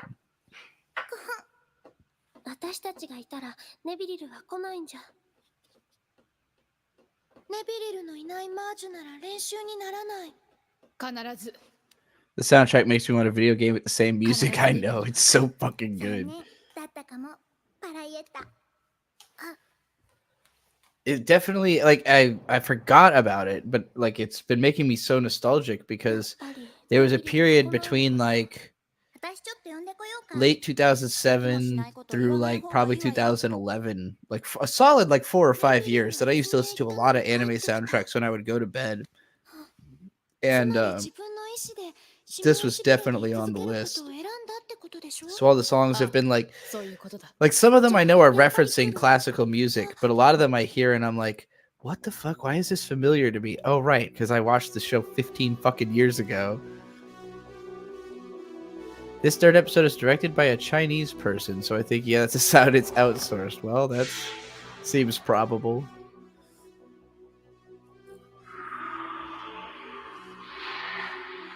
This scene is probably where all of the effort is going to have gone in drawing anything good.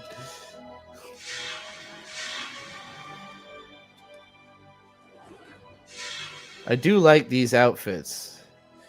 It's really interesting, actually, how they, despite showing so little skin, do not feel very sexualized. And I don't know how much of that is just because of the art looking cheap, but like it definitely gives more like ballet to me than it does like you know, eroticism. What's the word for lingerie? It's closer to ballet than lingerie.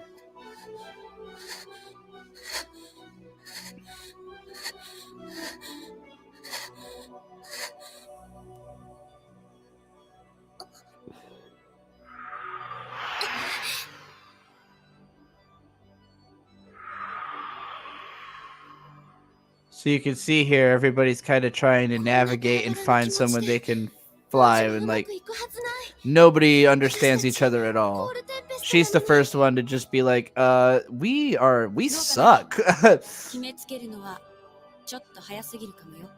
Neverill's gonna bring it home. You watch. Iru's like, you think this sucks? Just wait. When that bitch actually drives in, she's gonna rescue all of us, because she is the best. She's just the best. We haven't really gotten to see her do anything successfully. I mean, her and her partner did pull off like the ultimate move nobody else can do. It's just that she wasn't, you know, she wasn't feeling it. Her head wasn't in the game. Are you in there? This is what it's like to guess. It's like open up Tinder. to walk into a speed date. Are you in there, my partner? And then you just start swiping fucking ferociously. Would the show be better as an RPG? I do think that would be interesting. I do think this would be. I think it would. You know, Aura Luna, you said you heard me ripping on Magic Knight Rayearth once, but I'll tell you, I haven't played through the whole thing, only like a few hours. But the Sega Saturn adaptation of Magic Knight Rayearth, I love. It is my favorite version of the story.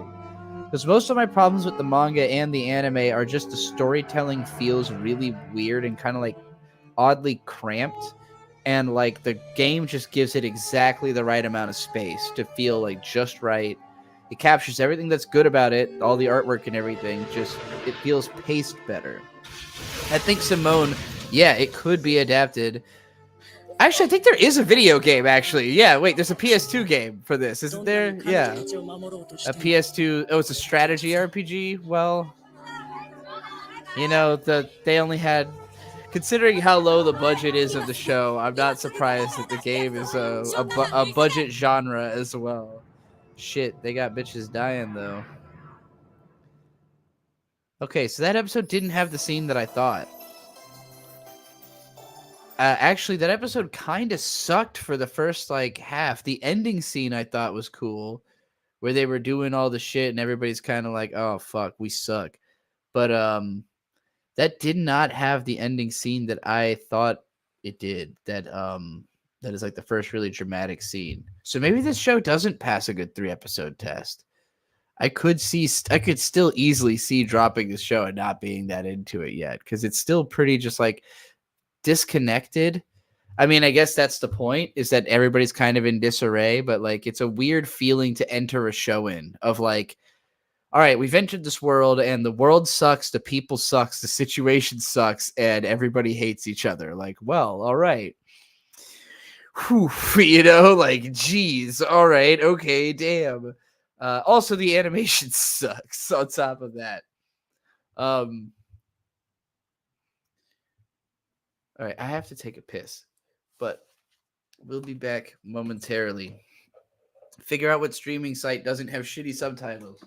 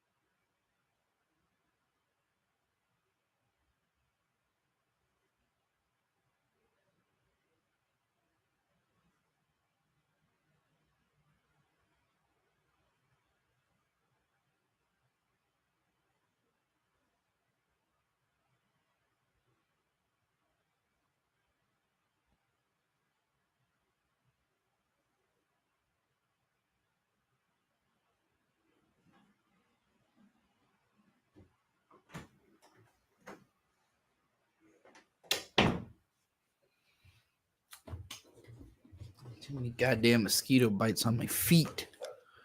I hate it. Hate having itchy feet. Everyone posts cats. Oh my god, it's a cat invasion. Meow meow meow meow meow meow meow meow.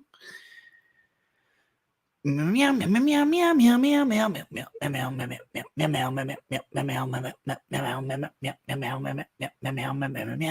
meow meow meow meow. All right. Everybody, let's load up episode 4.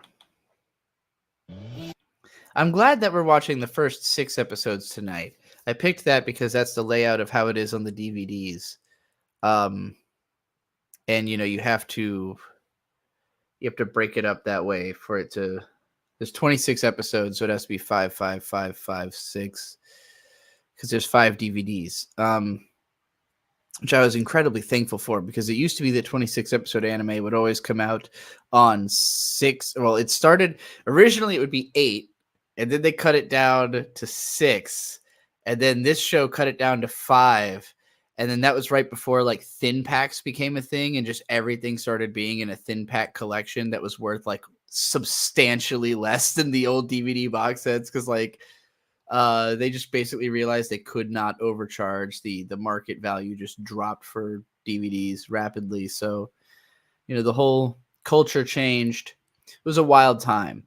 Simoun was definitely caught in the cracks. This show, its US release was around the time that like the entire economy around the world was crashing. So really didn't have much of a hope at any kind of success in that environment. All right, let's skip past the opening because we gotta, for copyright reasons. All right. Let me know if y'all are ready to start up episode 4.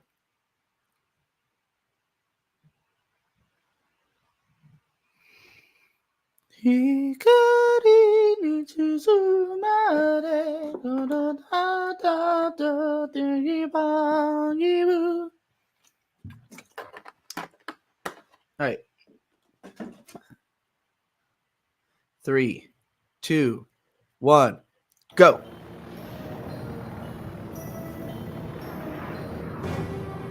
Uh-oh, we're back in the fucking Fire Nation.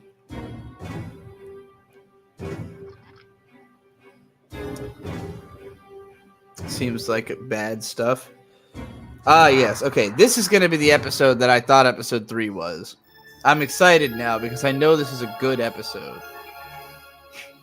Our A-team is back in charge, people. Nearby war. The last episode was far away war. The war is somewhere far away. We're not worried about it. Let's bring that war close up, motherfuckers. Yeah, this music is so fucking Final Fantasy. It's like painful. You can hear like the menu in your mind, like click, click, click, blank, click, click, click, click, click, click, blank, click. You know, like. コールテンペスト発信許可は出ているのか。まだ飛ぶの？シムーンで飛ばないと相性がわからないって言ったのはモリナスじゃないか。もう十分。すごいわ。会えるって。だからもうまだリマージョンしてないの。エイのリマージョン行こう。え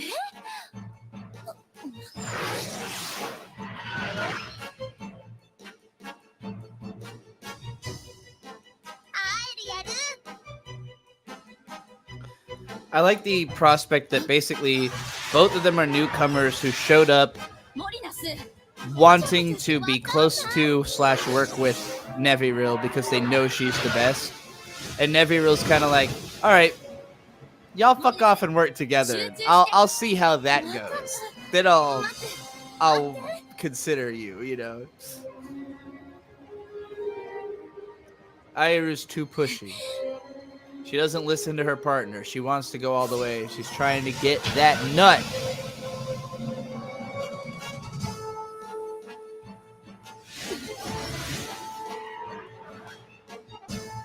The show is...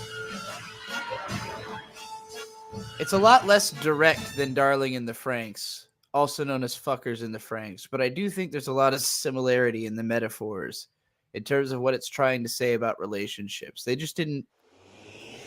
First of all, this show's gay, and that show's straight, and like disastrously straight. And second of all, コールテンペストは新規の要員が揃うまで待機となっているはずですよ。 I told you to stand down. 練習しておかないといざという時困るから。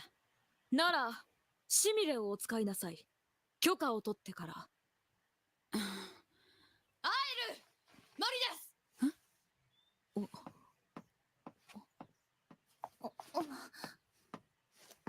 なぜ勝手に祈りを？祈りなんてもんじゃない。戦争の練習。なんでパライエットが叱るのさ。コールテンペストのレギーナでもないくせに。Oh, get cooked. 私たちコールのレギーナ、ネビリルは I'm gonna slap you in her place, そ bitch. の間は私が代理として。あれもしかしてパライエッタさんとシュビラ・アウレアって Finally, そんな特 somebody 別な said 関係 something な about の it.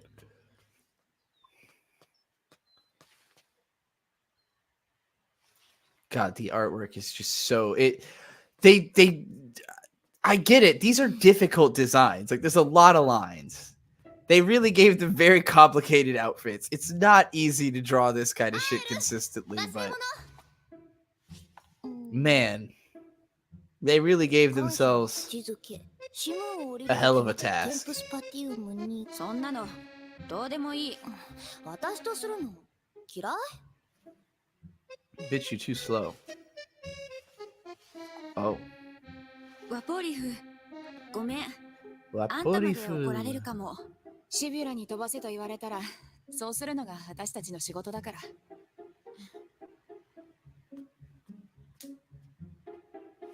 冷たいのね子供なんだ。からかわなくていい。からかうなんででもねあの子と飛ぶのすっごくよかった She's trying to get that Wapu Reef dick. If Wapu Reef has a dick, I'm not really sure how it works.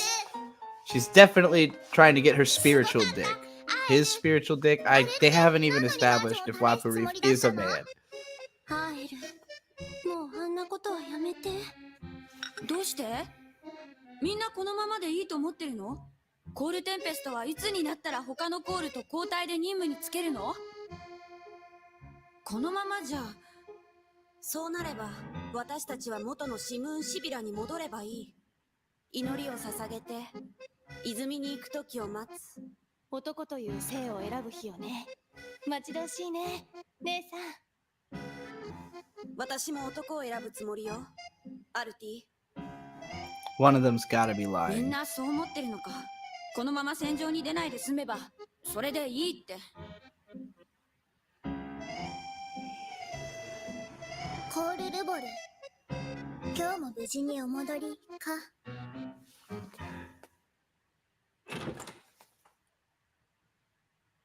She's so fucking adorable. エイのリマージョンを試そうとしたんでしょ Also, she's voiced by Mamiko 天才だ Noto. ね。あんな簡単なこともできないなんて本当にここコールテンペストなのかなあんたも同じか？ネビリル、このまま戦争に行かないで済めばそれでいいって思ってんのか？ Or Luna, Sung Hee Son sounds like a Korean name, not a Chinese name. Unless it says that he's Chinese, but お守りするための巫女としての務めを果たしているだけです。だったらあんたもそれを果たしなさい。言っておきます、アーエル。私は決してあなたとパルにはならない。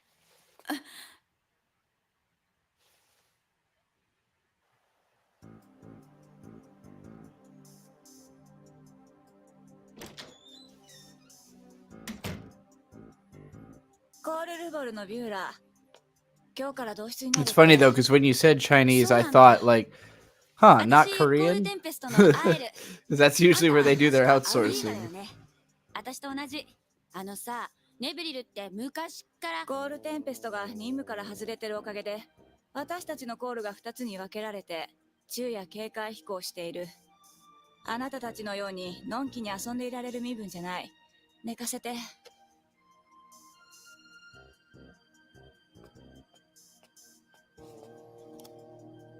Fucking lemonade with her potato chip, man. 私ならあんたが満足できるぐらい飛んでみせる。かもねだから来て。 Maybe you could. This actually really reminds me of early Land of the Lustrous when fucking Foss is just like going around trying to hang out with anybody and they're all kind of like, you're annoying. I don't like being around you. でも大丈夫。私たちの夕飯ならがめてある。そういうことじゃなくて This show and that show do have kind of a similar issue in that regard of starting off in a place where the characters are all just kind of being real assholes to one another, so it's hard to really like anybody right away. But that show at least leaned in on Fos as being like the main character, so that you had like a grounding rod through the chaos of everything else happening. This show's getting there with Aeru, but it still does feel kind of scattershot. But I know this episode is going to lock in on Aeru as our girl. へえ、いいよね、あれ。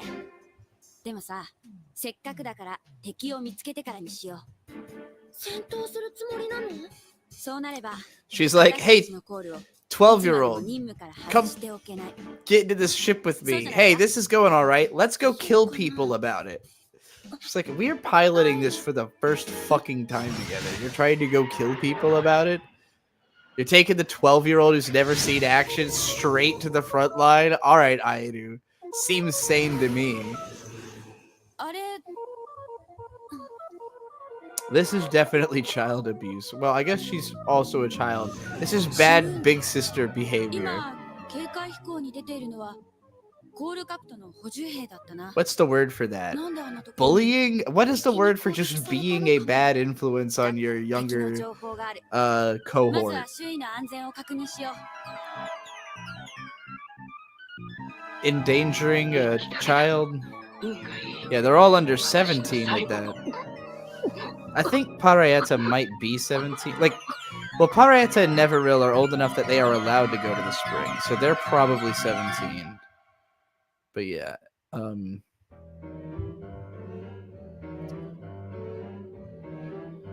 think Aeru is supposed to be 16, and she's like just desperate for the war to still be happening when she's 17. リモネって私のバルなのに。私も振られちゃった。別に振られるとかそういうのは。また無断飛行。いいな、暇なコールは。これでコールテンペストも廃止。忙しくなりそう。 Yeah, that would be a reasonable expectation. Y'all are so out of touch with one another that... 飛びたいのなら飛ばせてあげればいい。朝には帰ってくるでしょう。アルクスプリーマも。Whoa, that fucking statue is sick. Or like, what would you call that? Edifice? はっきりしていることは、彼女には理由があるということですね。ここにいる理由が。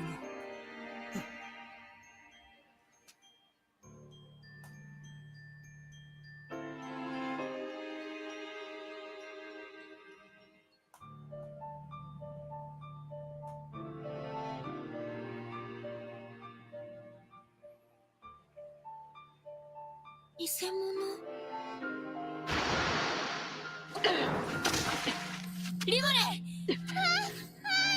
Yeah, I don't know what you thought was gonna fucking happen. You took a child to a war zone.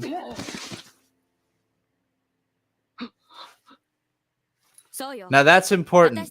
You notice that Aeru just got Evangelion boob grab. But in a rare case, the person doing the boob grabbing was the only one who had a reaction about it and was clearly terrified.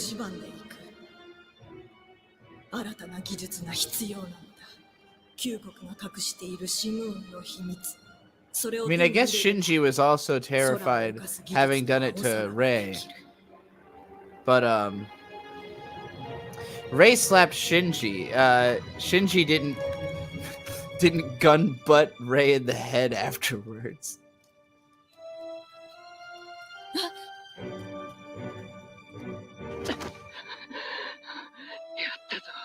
Oh shit. It's not gonna work. You're not a maiden or whatever.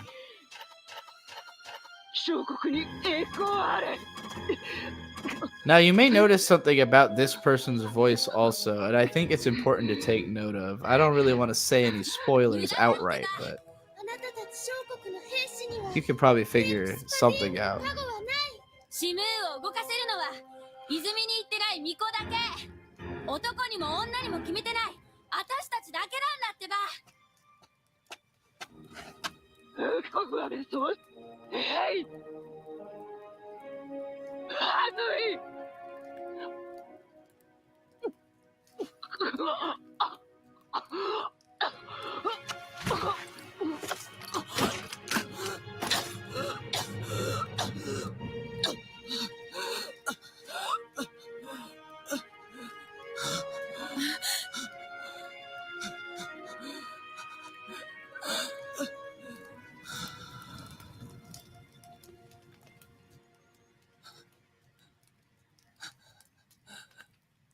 So this is what the men on the other side look like. 入る。どうするの？シムーンを取り戻す。大声はダメ。どうせ言葉わからないよ。小国はシムーンが欲しいんだ。シムーンだけが空を自在に飛べる機械だから。 That's SpongeBob close up. Yeah, SpongeBob does do this technique. It's called harmonies, when it's like the full, like painted illustration. And it was invented by Shinichiro Kobayashi, who did the, you know, the backgrounds for this show. Granted, he'd been doing backgrounds for 40 years by the time he did this show. 行けば決めなくてもアナシアが決めてくださるって。 He invented that technique in the 70s. やだやだやだ。こんなところで失敗していられない。私は最高のシムーンシビラになる。 The art director talked about when they were making this show, Shinichiro Kobayashi would just literally like show up to the studio in the morning, just like having drawn one of those. Like they hadn't even, like it's in the storyboard that that's going to happen, but they didn't like specifically ask him to do it. He just really liked those scenes, and sometimes he just fucking do it because he is amazing. それが小国では当たり前のやり方だ。だからさ、わからないんだ。女の体で生まれて男になるか。Being born by some woman and being forced to decide for yourself whether to become a man or a woman. What's it like? あ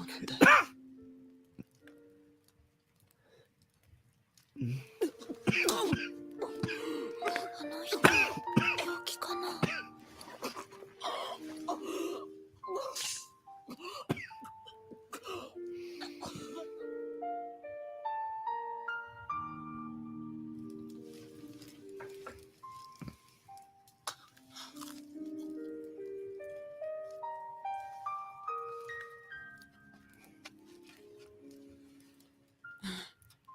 Soft.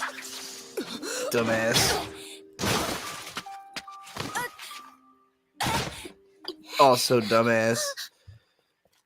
Keep climbing. I love child throwing.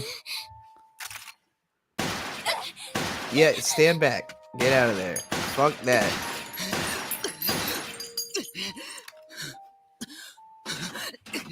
Is this show making me want to pick up piano again? Probably.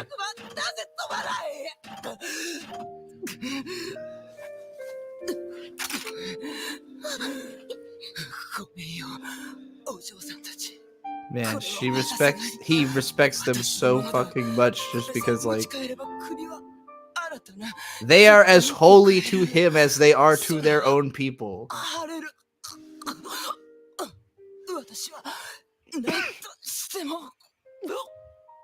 He's like, I'm literally shooting at what I consider fucking maidens.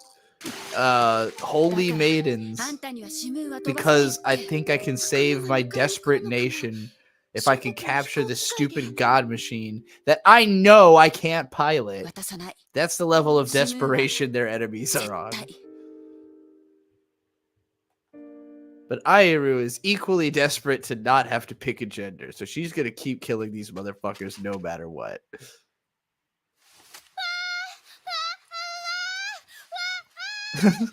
Oh my god, that is such an adorable vocal performance.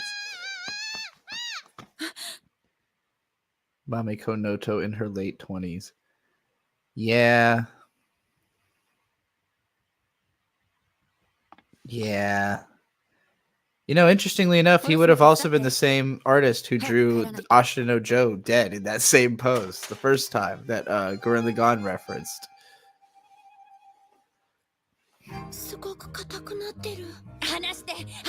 I think.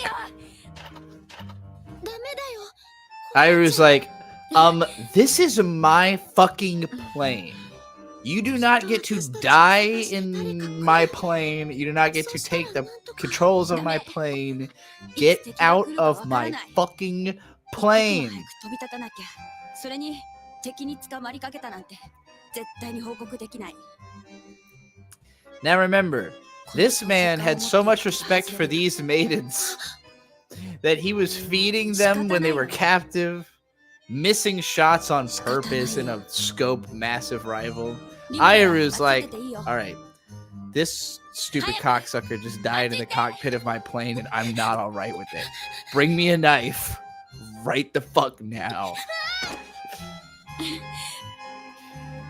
But you can see the tears in her eyes. She's in denial. She's really trying. Oh, she's got heterochromia also. Was that a... But she didn't have that before, right? That just, like, happened? She's definitely hiding something. Mostly her emotions from herself, I think. This girl's been through some shit. She's been killing people for a long time.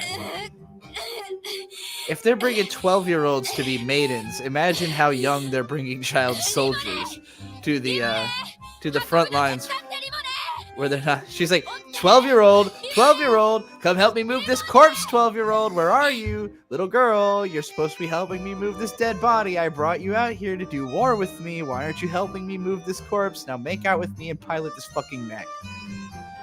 Yeah, Iru's maybe a little bit problematic. Covered in blood. Help me pilot this blood-soaked mech. You can sit in the blood... She didn't make her sit in the blood seat, right?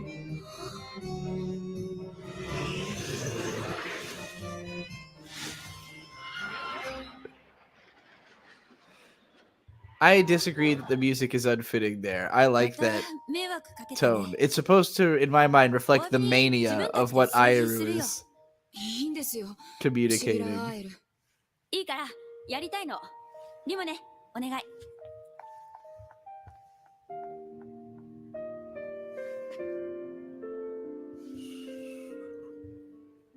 自分たちでシムーンの誇り落としをするなんて。 The kissing is how they turn on the mechs. They have to kiss and then kiss the mech in order to turn it on. ごめん。こんなに汚しちゃって。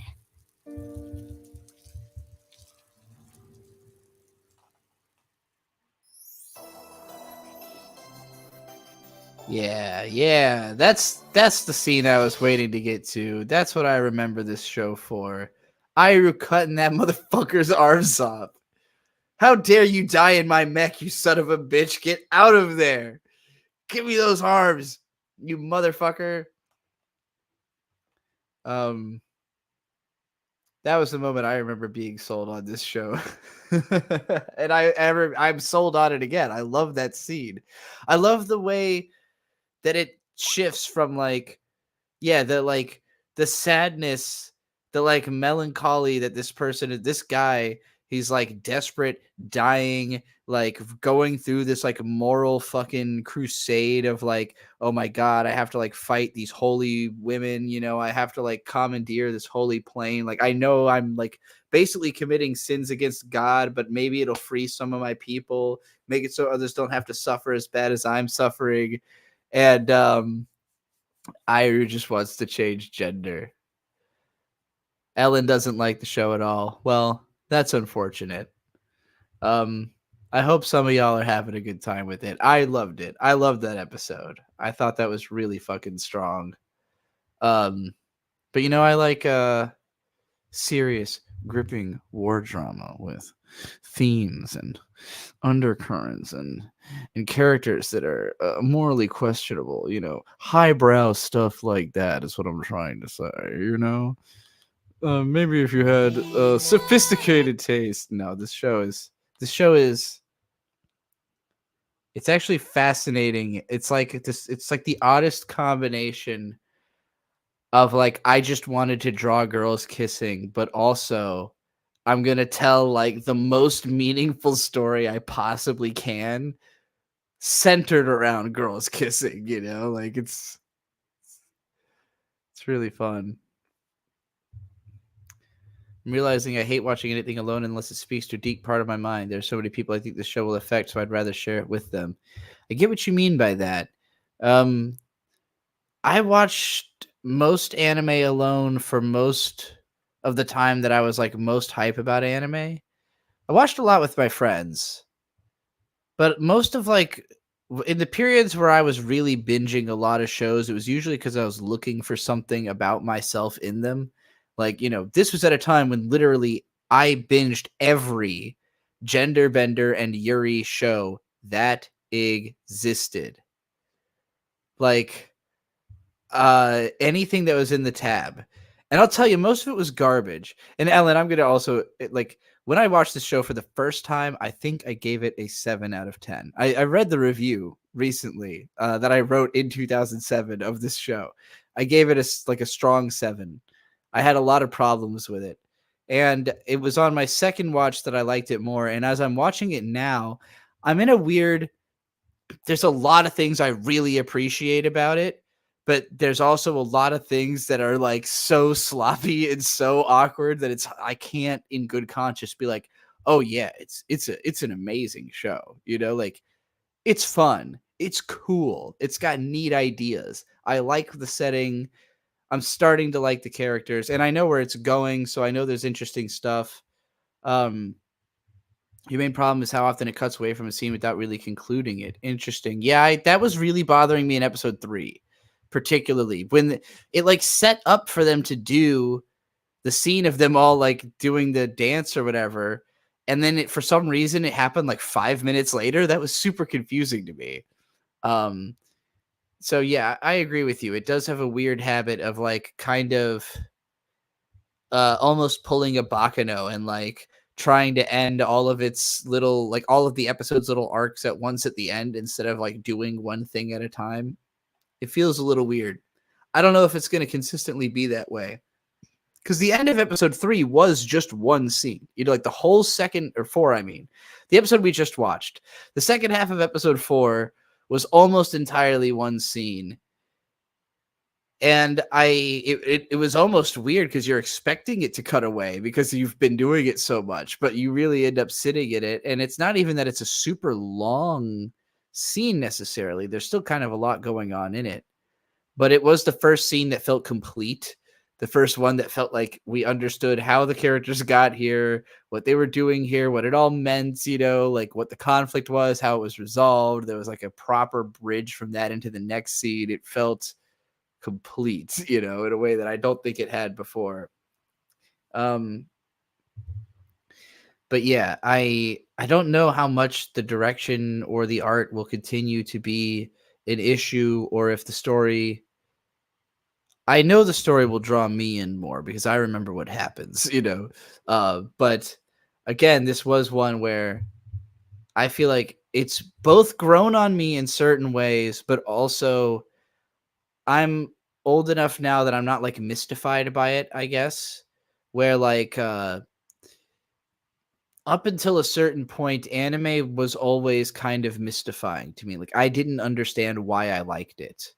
Like people were always asking me why I liked it, and I had to figure out answers for that. And I feel like my entire anime analysis career basically spawned out of me having to answer for why I like this shit, And sometimes when I find the answers, it kind of makes it so I don't care about the thing anymore. Like I figure it out so much that it like loses its magic.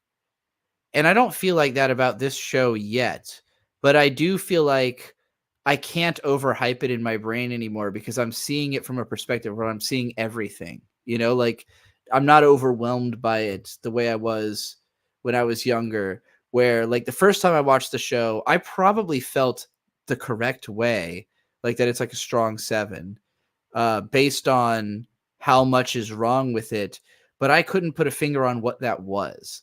And so when I watched it the next time and I saw everything good about it, it felt like it was being lifted up. And now I'm seeing everything good about it and everything bad about it and being like, okay, I appreciate it more than I did the first time, but I also see what's wrong with it more than I did the first time. So it's like still kind of neutralized in that, like, yeah, it's probably like a strong 7 zone right now, but a strong 7 means a lot more to me than it did in 2007 when I had seen like, you know, less than 200 anime at all, you know, like not even complete, but just at all. Now, you know, I've seen thousands of anime. So like something being good is like even a little bit good means a lot more to me than it used to. Uh, okay.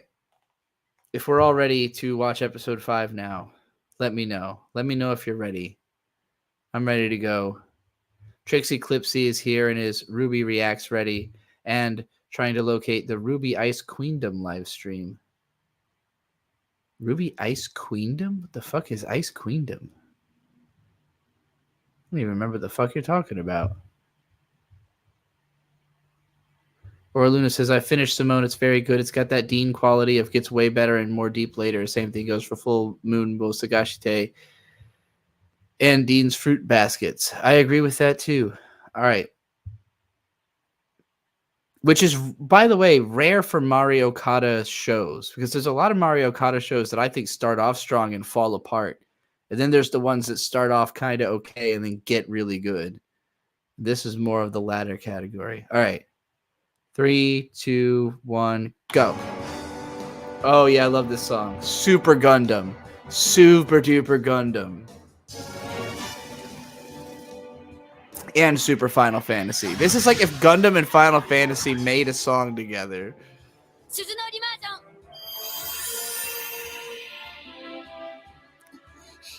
ン 行くよタイム。はい、アラ様。 I'm fucking getting down. So this is the first time we've started an episode that feels like the start of a TV show episode where it's like, all right, we know who all the characters are. We know what they're doing. They're doing the established thing, you know, like ずれてるよ they're doing the thing they do. I guess Airu and Limone have stayed a team, but they're not very good at it. 失敗だ。また失敗。逃がさない。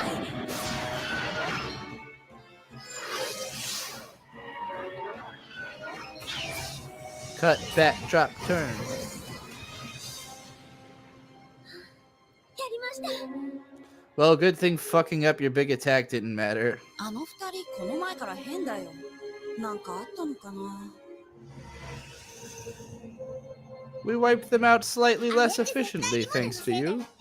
掲載だって何物入りで入ってきたくせに。黒い。これじゃ、アイルがかわいそう So this girl is simping Airu and blaming Limone, I think out of insecurity that she's no longer the youngest on the team.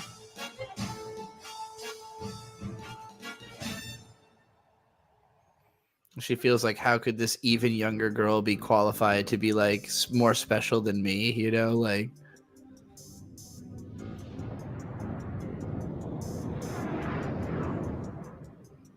彼らコールテンペストを復帰させたはいいが、あれではね。あれが今のコールテンペストです。コールデクストラの生き残りとしての感想を Cord 聞かせ Dextra. てもらえるかい？確かに楽観できる。 Oh yeah, I remember. I forgot about this girl. She rules. 精鋭と呼ばれていたコールとは別 I feel like I had a mental image of her in my mind, but because she hadn't shown up yet, I couldn't remember who she was. 夜の配置にはしばらく戻せそうにありません。 She's the only survivor. So in the first episode, when they got that call from the voice that said, I'm the only one left on the team, it was from her. Daminura. Her name literally is Dominatrix. Yeah, she's awesome. ヘリカルモートレスの点検 Daminura. I love this fucking song. ちょっとリモネ I can't believe I forgot how hard this fucking OST bops. やる気ないのにやめたら I gotta like put together a list of my favorite anime soundtracks sometimes. I know they'll all be old as fuck, but あの人。 yeah, look at her. She's so 今 cool. 度新しく来た確かドミヌーラ She's got drills. I wonder who she's gonna end up partnered with.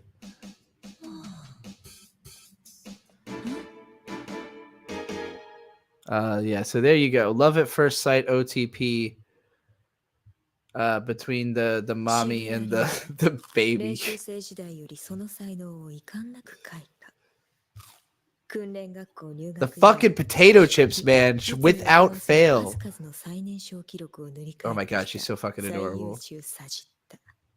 その後上層部に実力を認められ、特例中の特例として最年少のシビラとして認められ、コールテンペストに配属。実戦経験ゼロ。この間無断出動したそうだけど、それはどうして？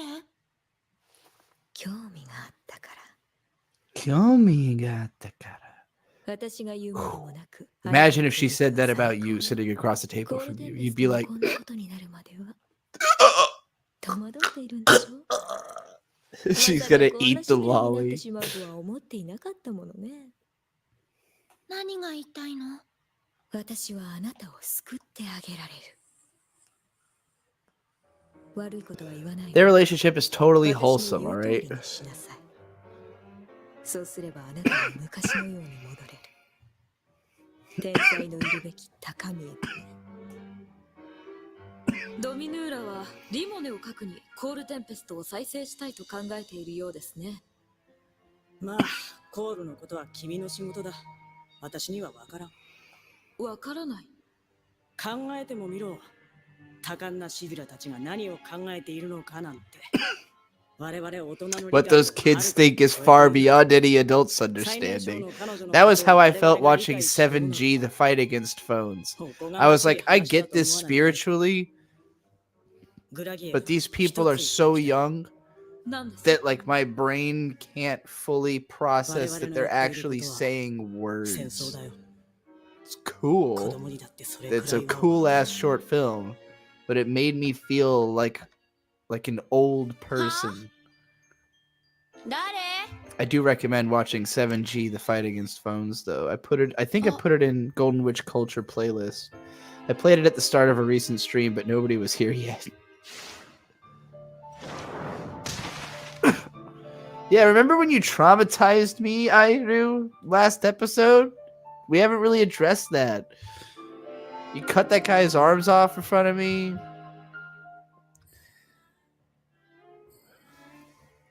リモネが私のところに来るなんて珍しいな。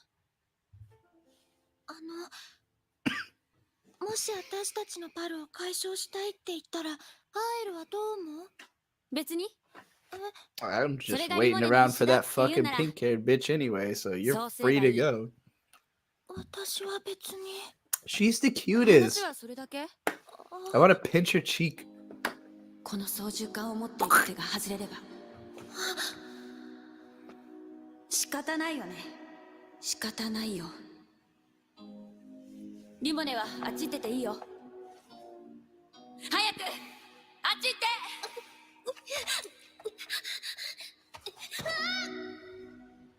私はずっと選ばないできた。誰かに言われたことにずっと従ってきた。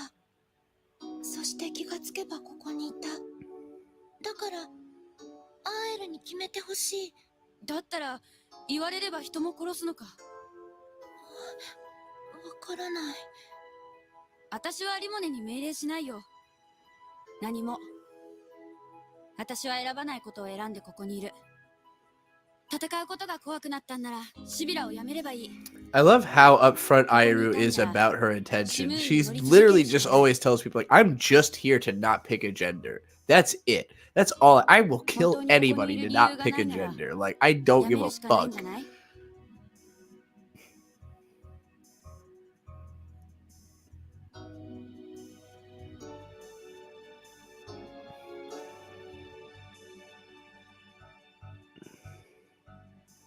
どうして？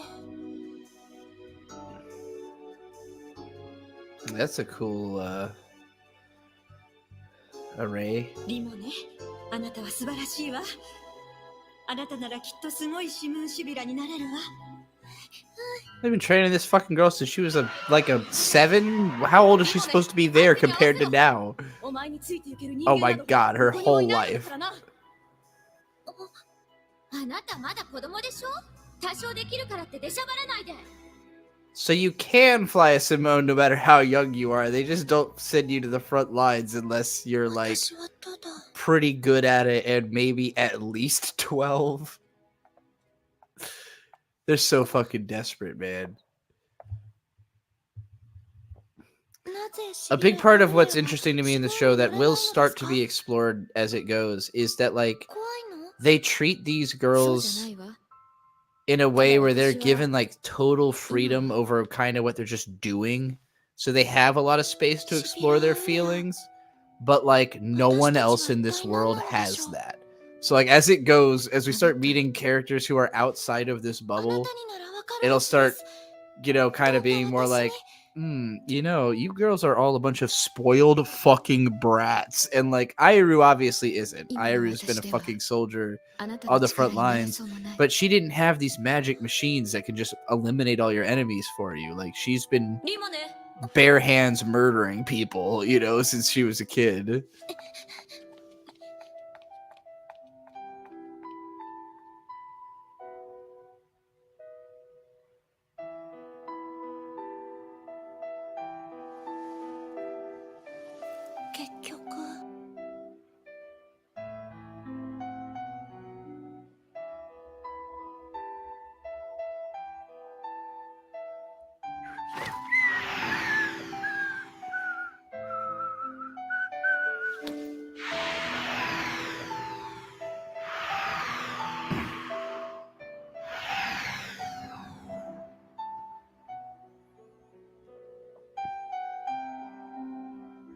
Hey, look, they're perfect together. Was it gonna inspire you to pick a fucking partner, Neveril? 結局私は何も変わらない。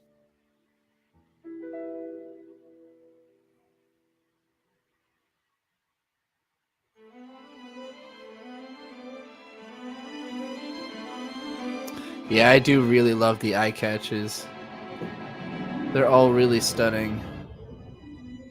威力偵察 It's the one time you get to see the characters really look great. があるって情報が入ったみたいです。北方ってプルンブム冷国？というよりもリモネとドミヌーラの適性を試すのが狙いだろう。あの二人とアルティフロエで行くようにとのことだ。あの二人パルになったんですか？ドミヌーラが決めたってどういうやつなんだろうあいつ。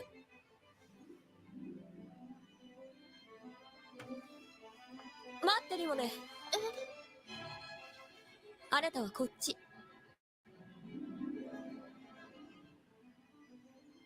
私がアウリーガ？そう、ここがあなたのいるべき場所よ。でも知ってるわ。あなたのためを思ってのことよ。知ってるのに。だからこそよ。あなたはあの件以来、その才能を無意識に抑えているのよ。解放しなさい。言ったでしょ。あなたのことは私が一番知っている。私に任せなさい。I think I can speak for absolutely everyone on Earth when I say, find you a Daminura.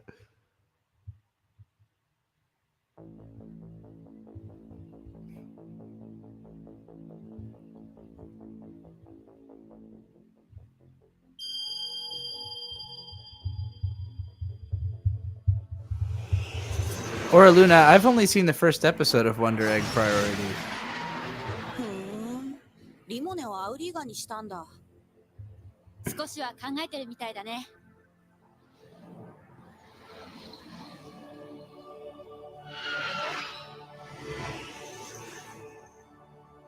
どう？感触はつかめてきたかしら？ I've been looking my whole life. まもなく予定空域に到着。 But were you 通 looking 信機能維持のまま威力偵察を in 開始。 a dominatrix dungeon?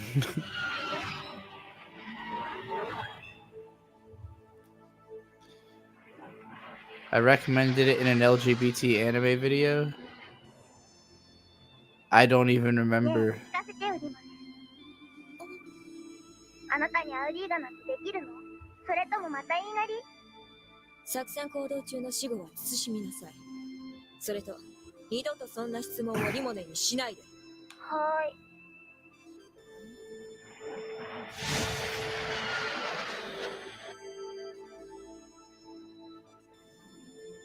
あ、雪だ。This fucking song is like a prog epic. Like, what the fuck? 通りで冷えるはずだ。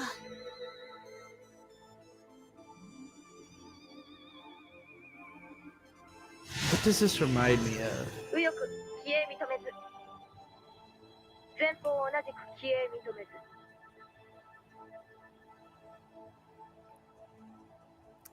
I don't know about watching Wonder Egg next, but we might do that sometime as like a one-off, like just marathon the whole show in one go. Because it's only like 11 or 12 episodes, I think. 3時の方向、敵。 I really recommended that in my top 5 trans anime video. I honestly don't remember that.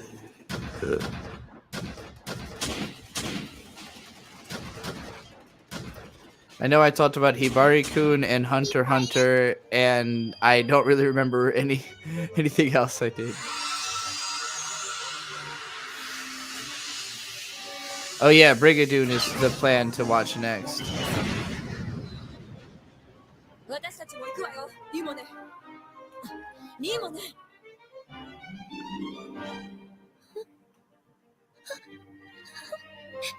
Maria Holic was in there. That makes sense. やめろ、リモネ。いきなり銀のリマージョンなんて危険すぎる。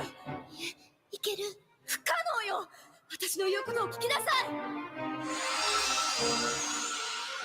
Oh, it's like a cool circle thing. できる。 They tried to tell you. It doesn't matter if you think you could do it. If your co-pilot doesn't think you could do it, you can't do it. We learned this in the first episode. Yep, dumbass. They all have to be able to do it. It's not a one-person job, Limone. 訓練時代のことを引きずっているのか。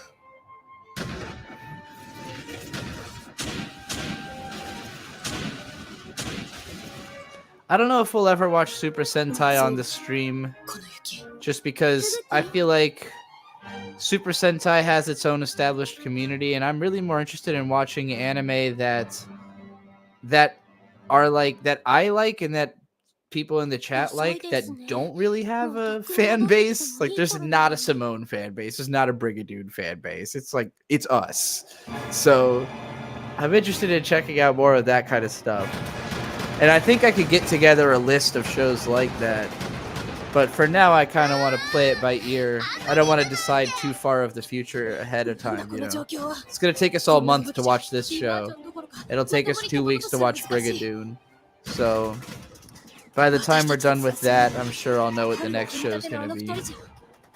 リモネ、撤退するわよ。リマージョンができなければどうにもならない。私たちの任務は偵察。体制を立て直して出直す。リモネ、返事をして。 Listen, you dumb little child. Oh, she's out of it.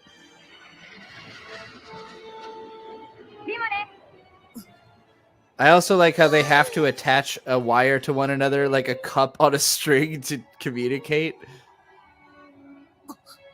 Oh yeah, Rosin Maiden. That's probably one we should watch too. Although I don't... What's the good Rosin Maiden? あんまり遅いから迎えに来た。状況は今から撤退するところよ。リモネ。どうする？リモネ。私は。リモネ、私の言うことを聞きなさい。そんなの自分で決めな。 Horo Musco is definitely a show that I'm going to make videos about, whether we do a group watch or not. I assume most of you have seen Horo Musco. I don't assume most of you have seen Simoun or Brigadoon. I keep calling it Simoun, but it's Shimoun. They say Shimoun. Yes, let's fucking go. The two of us can do it, bitch. Daminura, you said you were gonna fucking work with me here. I believe. You said I was cool.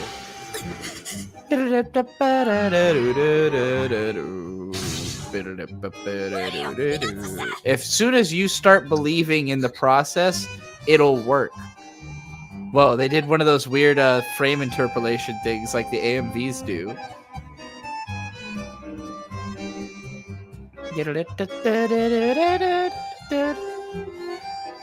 This song really reminds me of the song from the Dot Hack soundtrack that I used at the end of The World Over.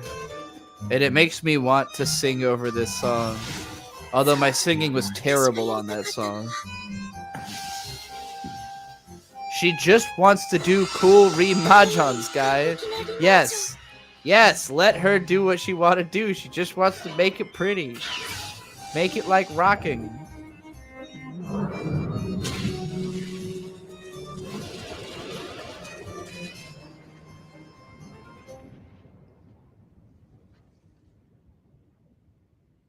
This would be Iru's character, Steve, that would always play when you select her in the RPG, almost certainly.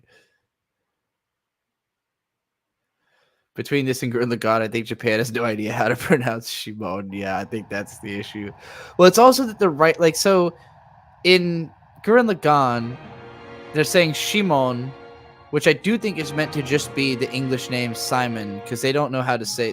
There's just not characters for that. The Japanese don't have si or sai, or they have sai, but like they would see si as she, because that's what they have in their language, and they also don't have mon. They have man.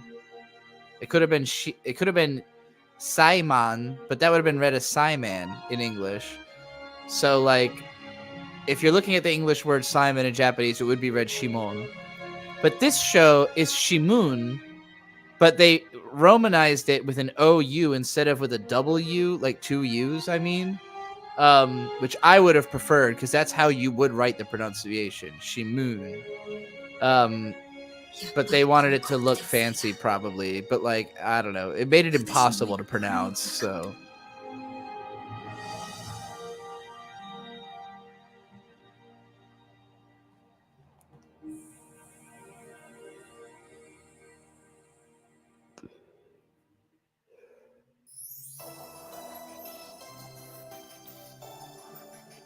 interesting. So even though Daminura was the one who convinced, she convinced Limone that it was worth flying with her instead of Iru. But Iru was the one who actually believed in her enough to pull off the move that allowed the two of them to pull out of the shitty situation. And Daminura was kind of just shown up by it.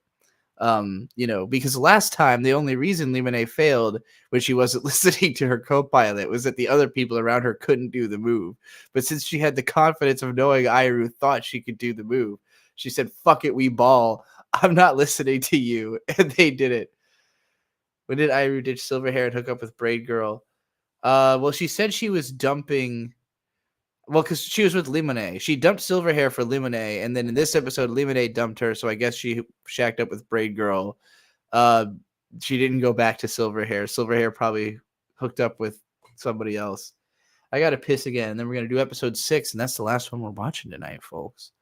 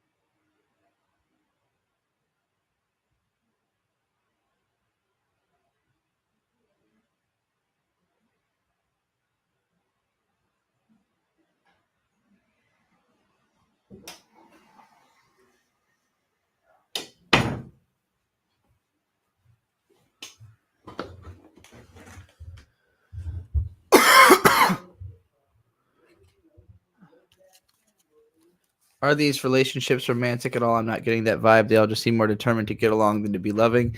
That will evolve as the show goes on. There will definitely be romantic entanglements as we dive deeper into these relationships. Something I wanted to say about this, a thought that occurred to me from that episode.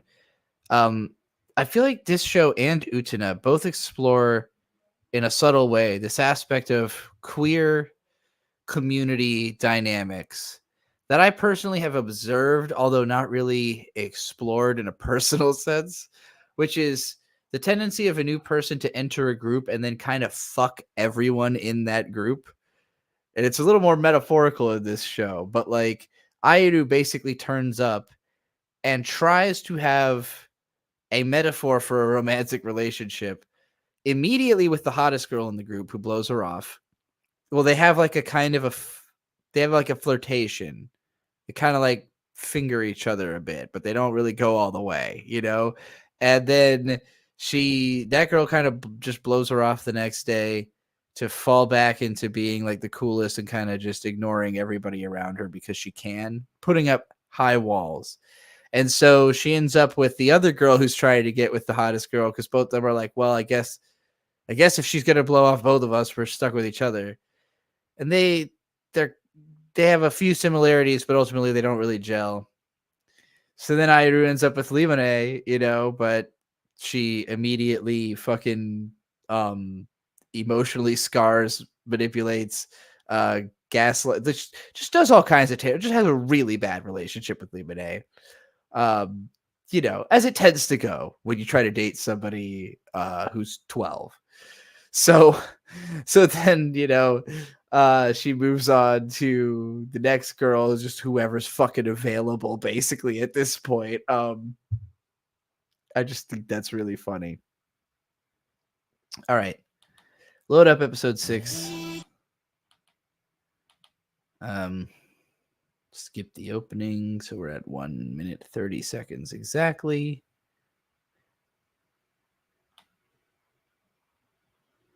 Big Dr. Disrespect move, yeah. Just imagining like this kid gets to fucking TwitchCon and Dr. Disrespect is like, I need you to help me move this body out of this fucking plane I took to get. I took a private biplane in this. I don't know how I would even I don't know what kind of person would be trying to commandeer Dr. Disrespect's private biplane and then die in it, forcing him to cut off their hands in front of the teenager that he was grooming. All right, my imagination's gone too far. Let's is everybody ready? Are y'all ready to watch episode 6?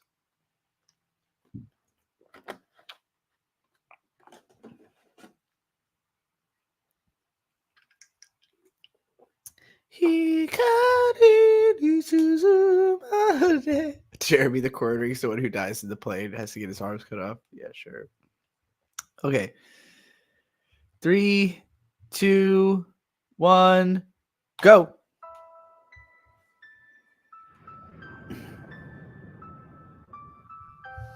Wow.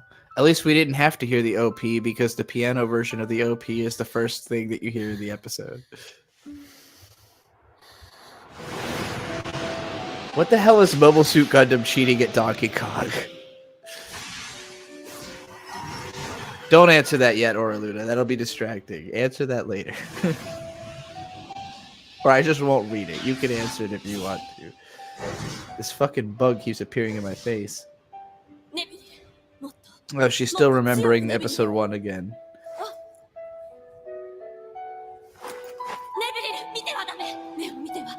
Did she say this in the first episode? If you see their eyes, you won't be able to kill them? Or is this just her nightmare talking to her? There's definitely some original footage here. This isn't just replaying the first episode. It's like the in her head version.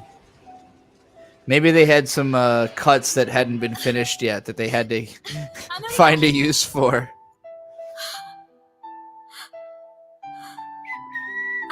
She did say that? Okay, I did not remember that. If you look them in the eyes, you won't be able to kill them. What a thing to say. I'm glad they replayed that, I guess, because I had missed that line of dialogue the first time.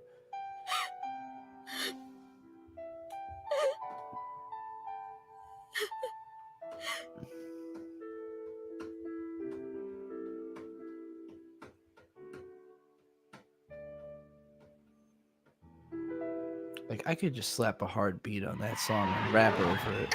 Probably sound pretty good. あの鳥追っかけて。ね一応今任務中なんだけど。え、いいじゃん、いいじゃん。 I'll be like, yo, I got gender dysphoria. 緊張したって Let me そん tell な you だ my けだよ。 historia. まあ Like I'm Attack そ on れはそう Titan. なんだけど。 You know that blonde chick from Attack on Titan named Historia. さっきからずっと飛んでるな。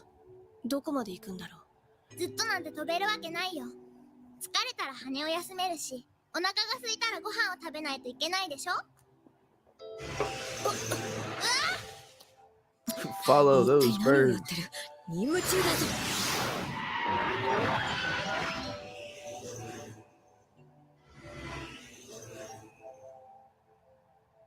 なんか最近まったりしちゃってますよね。そうだね。せっかく任務に戻れたのになんかピリッとしないんだよな。アイルも自分から飛ばなくなってしまいましたし。パラ様。最近シビラ・アウレアはどうしてるんですか？相変わらずか。気になるのか。別に。でもなんかチューブラリンで嫌な感じ。他のみんなもいないのが当然って感じになってきてるし。結局、もう昔のコールテンペストには戻れないってことなんですよね。All my friends are dead. Surviving on my 僕 own. パラ様をちゃんと見てるから。 Wait, did I just combine two different songs? I did. なんてね。 I combined All I Feel Is Pain with that little Uzi Vert song. Whatever. Nobody knows what I'm talking about. リモね、これからプールに行くわよ。行かない。ダメよ。あなたはまだ小さいから持久私力を。お腹すいた。ああ、リモね。こら待ちなさい。先にみんなでお食事にしませんか？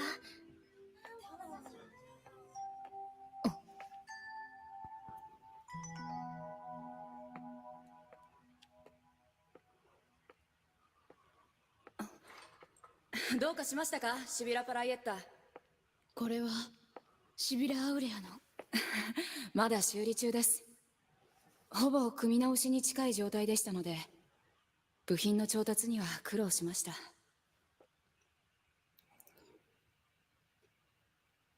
まだ傷は癒えていないのですね。ずいぶん飛んでいないんだな。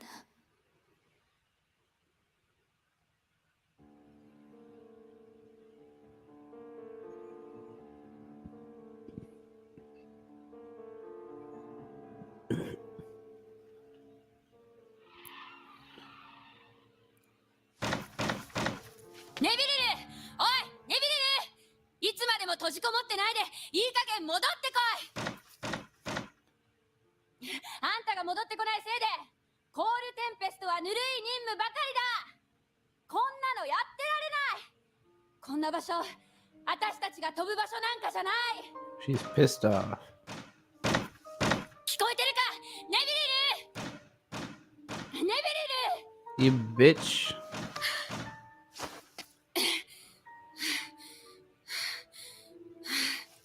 このわからずや。 Bullying. Flat out bullying. I'm not really sure what this illustration is meant to convey.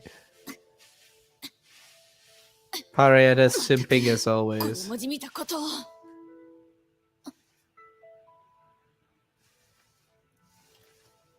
Imagine being this attractive and this much of a simp. I couldn't. 人のことは言えないか。あ、 Damn. ごめんなさい。あなたがあんなことする必要なんてないのに。いや、別にいいんだ。ほんと。 Legendary braless Parietta scene. 迷惑だろ。やめさせようか。I think that might be the part where they actually explain that in the もっとも commentary. 多少荒っぽいことになるかもしれないが Okay, she's like doing a Nazca or something.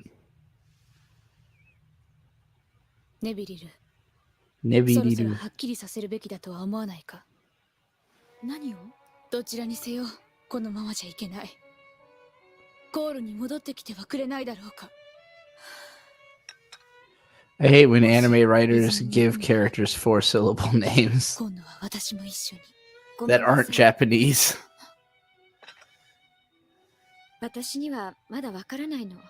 泉に行くことも、シムーンに乗ることも、まだ選べない。しかし、いけないことだということは分かってるの。でも、そのどちらを選んでも、裏切ることになるような気がして。裏切る そんな気がするの。 That's pretty much where she's been stuck the whole time. Feels like any decision I make would be a betrayal. あ無理やか Now that's just her assumption. ネビリル But again, I remind you, Neviril was already like this before that girl died. This is just like amplification of the feelings she だから already こそ had. 言える She's pretty much just been stuck in the modes あな of たが decision making seems kind of wrong. た I と really え hope my それ tits が grow as big as アムリアを裏 Parayetta's. 切る結果になろうとも 分かったようなことを言 I わない think で they'll grow in that type of shape そん since な they're kind of really far 簡単なこ apart. とじゃないのよ。 I just want that kind of size and heft. She's got like meaningful breasts, you know? Substantial. ででで Oof. Don't touch me, motherfucker. I'm emotional and you don't understand because you're making emotions and you're making assumptions and projecting based on what you think. She's in love with her. She thinks that it's a romantic thing. She doesn't understand that Neveril was just already like this. It's not about that girl. Not exactly. Even I kind of didn't fully process that the first time I watched the show. I did think that it was like she was obsessed with this girl that she was in love with who died, but it's not really that. It's more like she's already in an existential quandary, and that made it worse. It's just a weird place for a fucking character to start a show in and continue to be in 6 episodes in. She is very Anthe-like in that regard, though, in that, like, it's really hard to crack what exactly she's thinking. Other than fuck all this. そうなんだ。 Treated the opposite way as Anthe, though. Yoyu, Treated nice, like an man. absolute celebrity, Mama, whereas mama, Anthe is senpai treated started like it, dirt.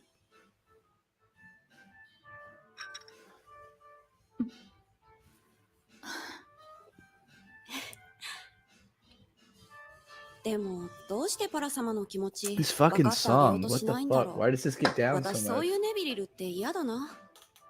分かったようなことを言うな分かってる This is よ。 like 要 giving するにあの人は Yuki ただ甘 Kajiura's えてるだ boogie けで pop しょ jazz.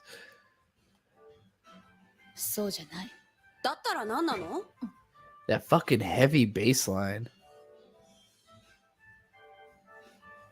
I could definitely rap over this shit. そりゃあ Yo. アムリアがいなくなっちゃったのは辛いことだけど Watching 寂しいのはあの Simoun 人だけ because じゃ I'm ない in で the しょ mood to see ああやって tunes 引きこも with っている some だけでも boobs. 周り No の人は bra. 大迷惑な That's のに raw. That's Fine. really crazy. Unlike my anime, it's subtitled. ごめんなさい言い過ぎた Getting riled up. パラ様 Nobody can defile ど or うしたんですか file そ away れ my flow. ああ You ちょ know っと掃除をしていたのでなダ I'm メ like で a すよ pro そのままにしてちゃ of the game. そう Don't you だ know? 少し待っててくれますか Never lame, except just Oh. now.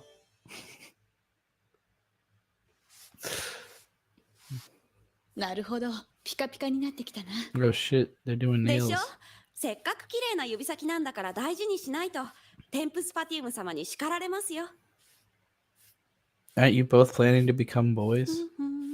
Doing nail 楽しそうだな。 treatments and shit? だってこうしてパラ様のお世話ができるんだもんお触り付きで。Okay, I'm seeing an attraction here.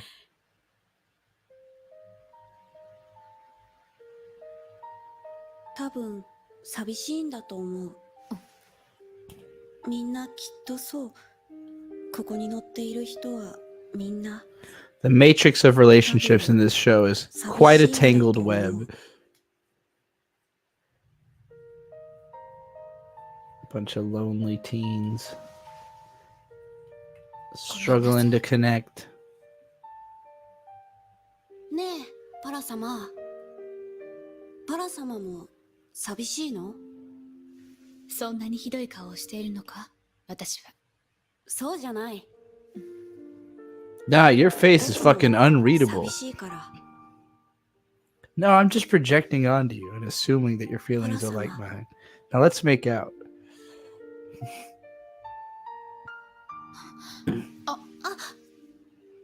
暑いな、ここは。だったら涼しいとこ行く？ Hey, I'll find a place to fuck if you're trying to find a place to fuck.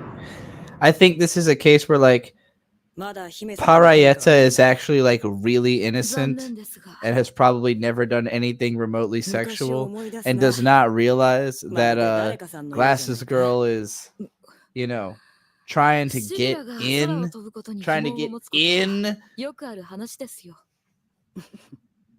These two are also trying to get in. 私が手を差し伸べたんだったな。忘れてはいませんよ。 Oh yeah, all their dialogue is straight fucking BL. ビューンビューン Who the fuck is? また増えてきたな。ギュ Oh, it's her. そんな攻撃怖くないよ。当てられるものなら当ててみな。ビューン So this is what's going through her head when they're fighting? パラ様、右に敵。 Or is she just being a goofball? 早く。よし。 Okay, she's just trying to get her to play すごい along. パラ様百発百中。 Cute. あ、雲の向こうに新しい敵。エイのリマージョン。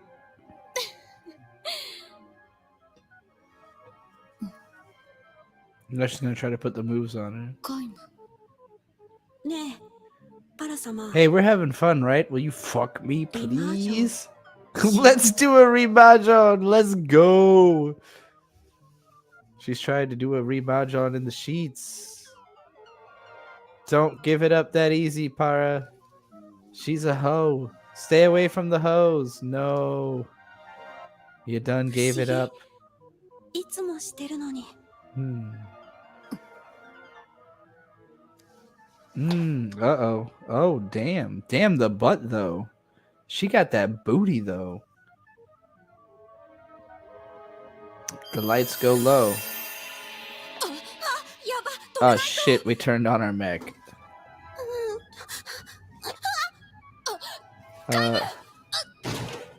Ow. That's like a, what, 10-foot drop? That's probably painful. Oh, maybe she caught her. Oh, never mind. Sexual tension. I wasn't ready. Uh-oh. Uh-oh. Uh-oh. Whoa.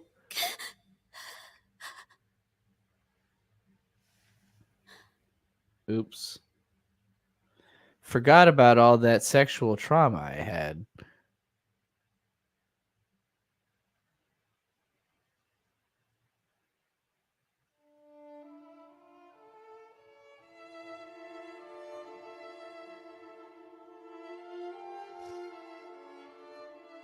The designs remind you of Kitty Grade / Utakatsa. I know that the character designer for those did at least some of the eye catches in this. I don't think they did the designs at all, but I know they Yasuomu Umetsu. I know they drew something in this show.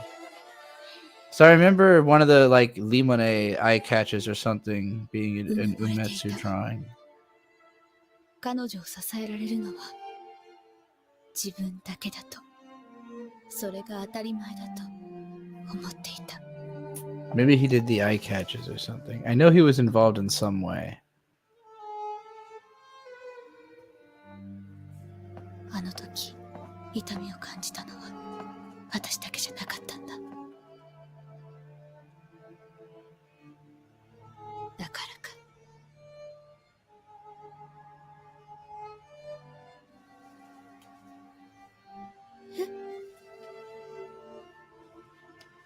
ラ様もうよそう。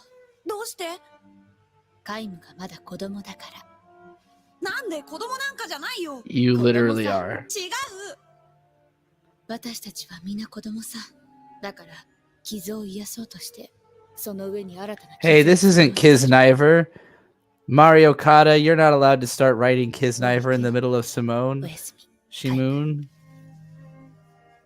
They're like the same show. I was thinking about it earlier. I was like, this is kind of どうして like a lot like like a way more もう violent ど and うして sad 分かってくれないの Kisniver. カラ様 Mario Kata definitely learned how to make more and more of a crowd pleaser as she's gone on over the years. This show is definitely not the Mario Kata crowd ネビ pleaser. リルネビリル少しは私の話を聞いてネビリルネビリルこうなったら意地でも引きずり出してやるパライエッタ。アエル、あなたに話があります。 I spent all night getting cooler, and now I'm gonna school you. なんか話をするっていう感じには見えないんだけど Oh, maybe these two will team up. That'd be cool. マージプールにはこういう I 使い方 literally も don't あるんです。 remember. それでなんで私があんたとこんなことをする羽目になったのかな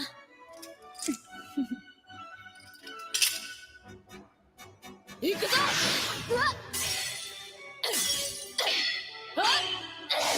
Very Utena. Incredibly revolutionary girl Utena.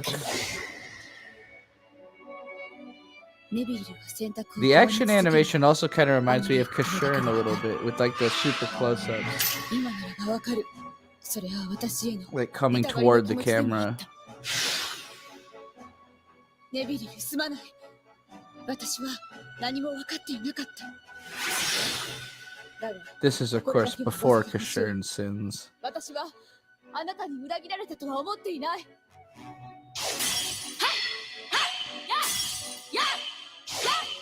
そして心遣い感謝する。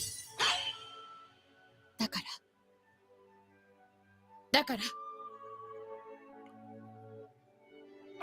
から託そう。このアムリア以上の可能性に。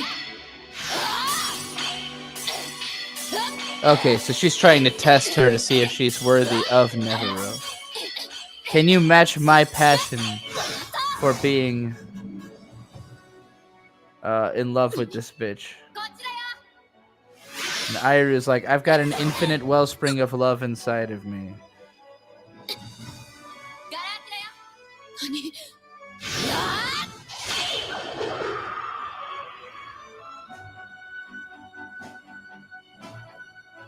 これでいい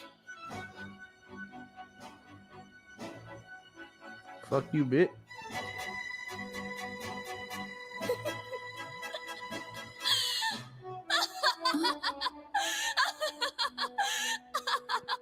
アエル、ネビルのパルになれ。言われなくとも Baller. Very, very mecha anime, that whole interaction.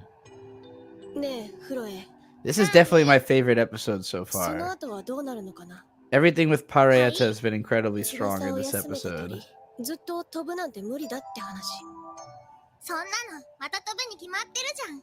そうなのかそうだよ。だって鳥って空を飛ぶために生まれてくるんだから。空を飛ぶために So now we know this girl raped her 羽に sister at 休め some ているな point, らそれでも or いい something. けど傷つき飛べなくなった鳥は生きていくことはできない I don't remember how much more detail they go into about that, but I know they do. Well, there you go. That was 6 episodes, y'all. I'm sure some of you will get impatient and just watch the rest of this, but we're going to watch episodes 7, 8, 9, 10, and 11 on Friday. And if I remember correctly, episode 7 is a really intense one. I want to say it still takes a while before the show gets like really depressing. And I won't say that it's overall really depressing. It just has really depressing moments. It has moments that hit really hard, you know? But I definitely think episode 6 was the first time it felt like really fleshed out. It'll be the same time on Friday, 7:30. I'm just always going to do everything at 7:30 because that's basically the earliest time I can pretty much guarantee that I'll be available on weeknights. Typically the office I record in is my dad's office as well. He works until 5. He tries to be available till 6 on weekdays, so I usually don't stream in here until then. I used to do daytime streams, but it's gotten so fucking hot here in Virginia Beach. I don't want to go outside, so I've just been doing other work during the day, getting ready for the streams and stuff. But yeah, so I typically will start streaming sometime after 6, and then just to guarantee that we are all like ready, that like I won't get pushed back, because maybe Berg gets home late, we eat a late dinner or whatever. 7:30 is when I'm going to start. So tomorrow at 7:30 is the start of the Umineko playthrough. So it's going to be however many hours of me playing Umineko, reading it out loud to the stream chat, playing along with stream chat. We're going to do that every Wednesday for probably like fucking at least a year. It's going to probably it's going to take more than 52 sessions, I think, to get through Umineko. So it's probably going to take more than a year to play through all of Umineko every Wednesday. But in the meantime, we're going to keep doing these marathons Mondays and Fridays. Remember, if you can't make the show night, you can always either get the VOD later and do your own watch along with the VOD, or you could just watch the show by yourself. You could even listen to the VOD later if you feel like you won't really have to watch it along. You can just listen to it at that point because you'll know what happens, treat it like more of a podcast, I guess. And if anybody wants to get a message across right now that to survive in this VOD eternally, send me those super chats right now. Otherwise, I'll probably restart if I'm going to keep streaming, although it's already 10:30. But I don't know. I don't want to leave too much extra space in the VOD so people who are marathoning this later will be able to go right from one video to the next. What's up, bro? Seems like I showed up at the right time. Yeah, it just ended. It was good. That's good. It was a perfect number of episodes to watch because episode 6 was the first one that I could say was like really solid, like unqualified, just a good episode, The other ones are kind of rocky, but I feel like we're pulling up. Did I have the tiger playing one of them? Or? No. Did someone run upstairs? No, none of that happened. Did they shadow box? They hit a heavy bag? Not single one of those things. Will I be down for some you said it Popey was the Rocky. Performer tonight? We could do some Popey the Performer. Oh, God. I'm going to restart the stream, though. So I'll come back and we'll do a watch-along stream for a bit of, requests, not just the anime that we all just watched together. But I want to check out Landon's new video that Lucario fan edited. It's really good. Check out the new Land Anime video. All right. Thanks, everybody, for watching. Catch you in the next one.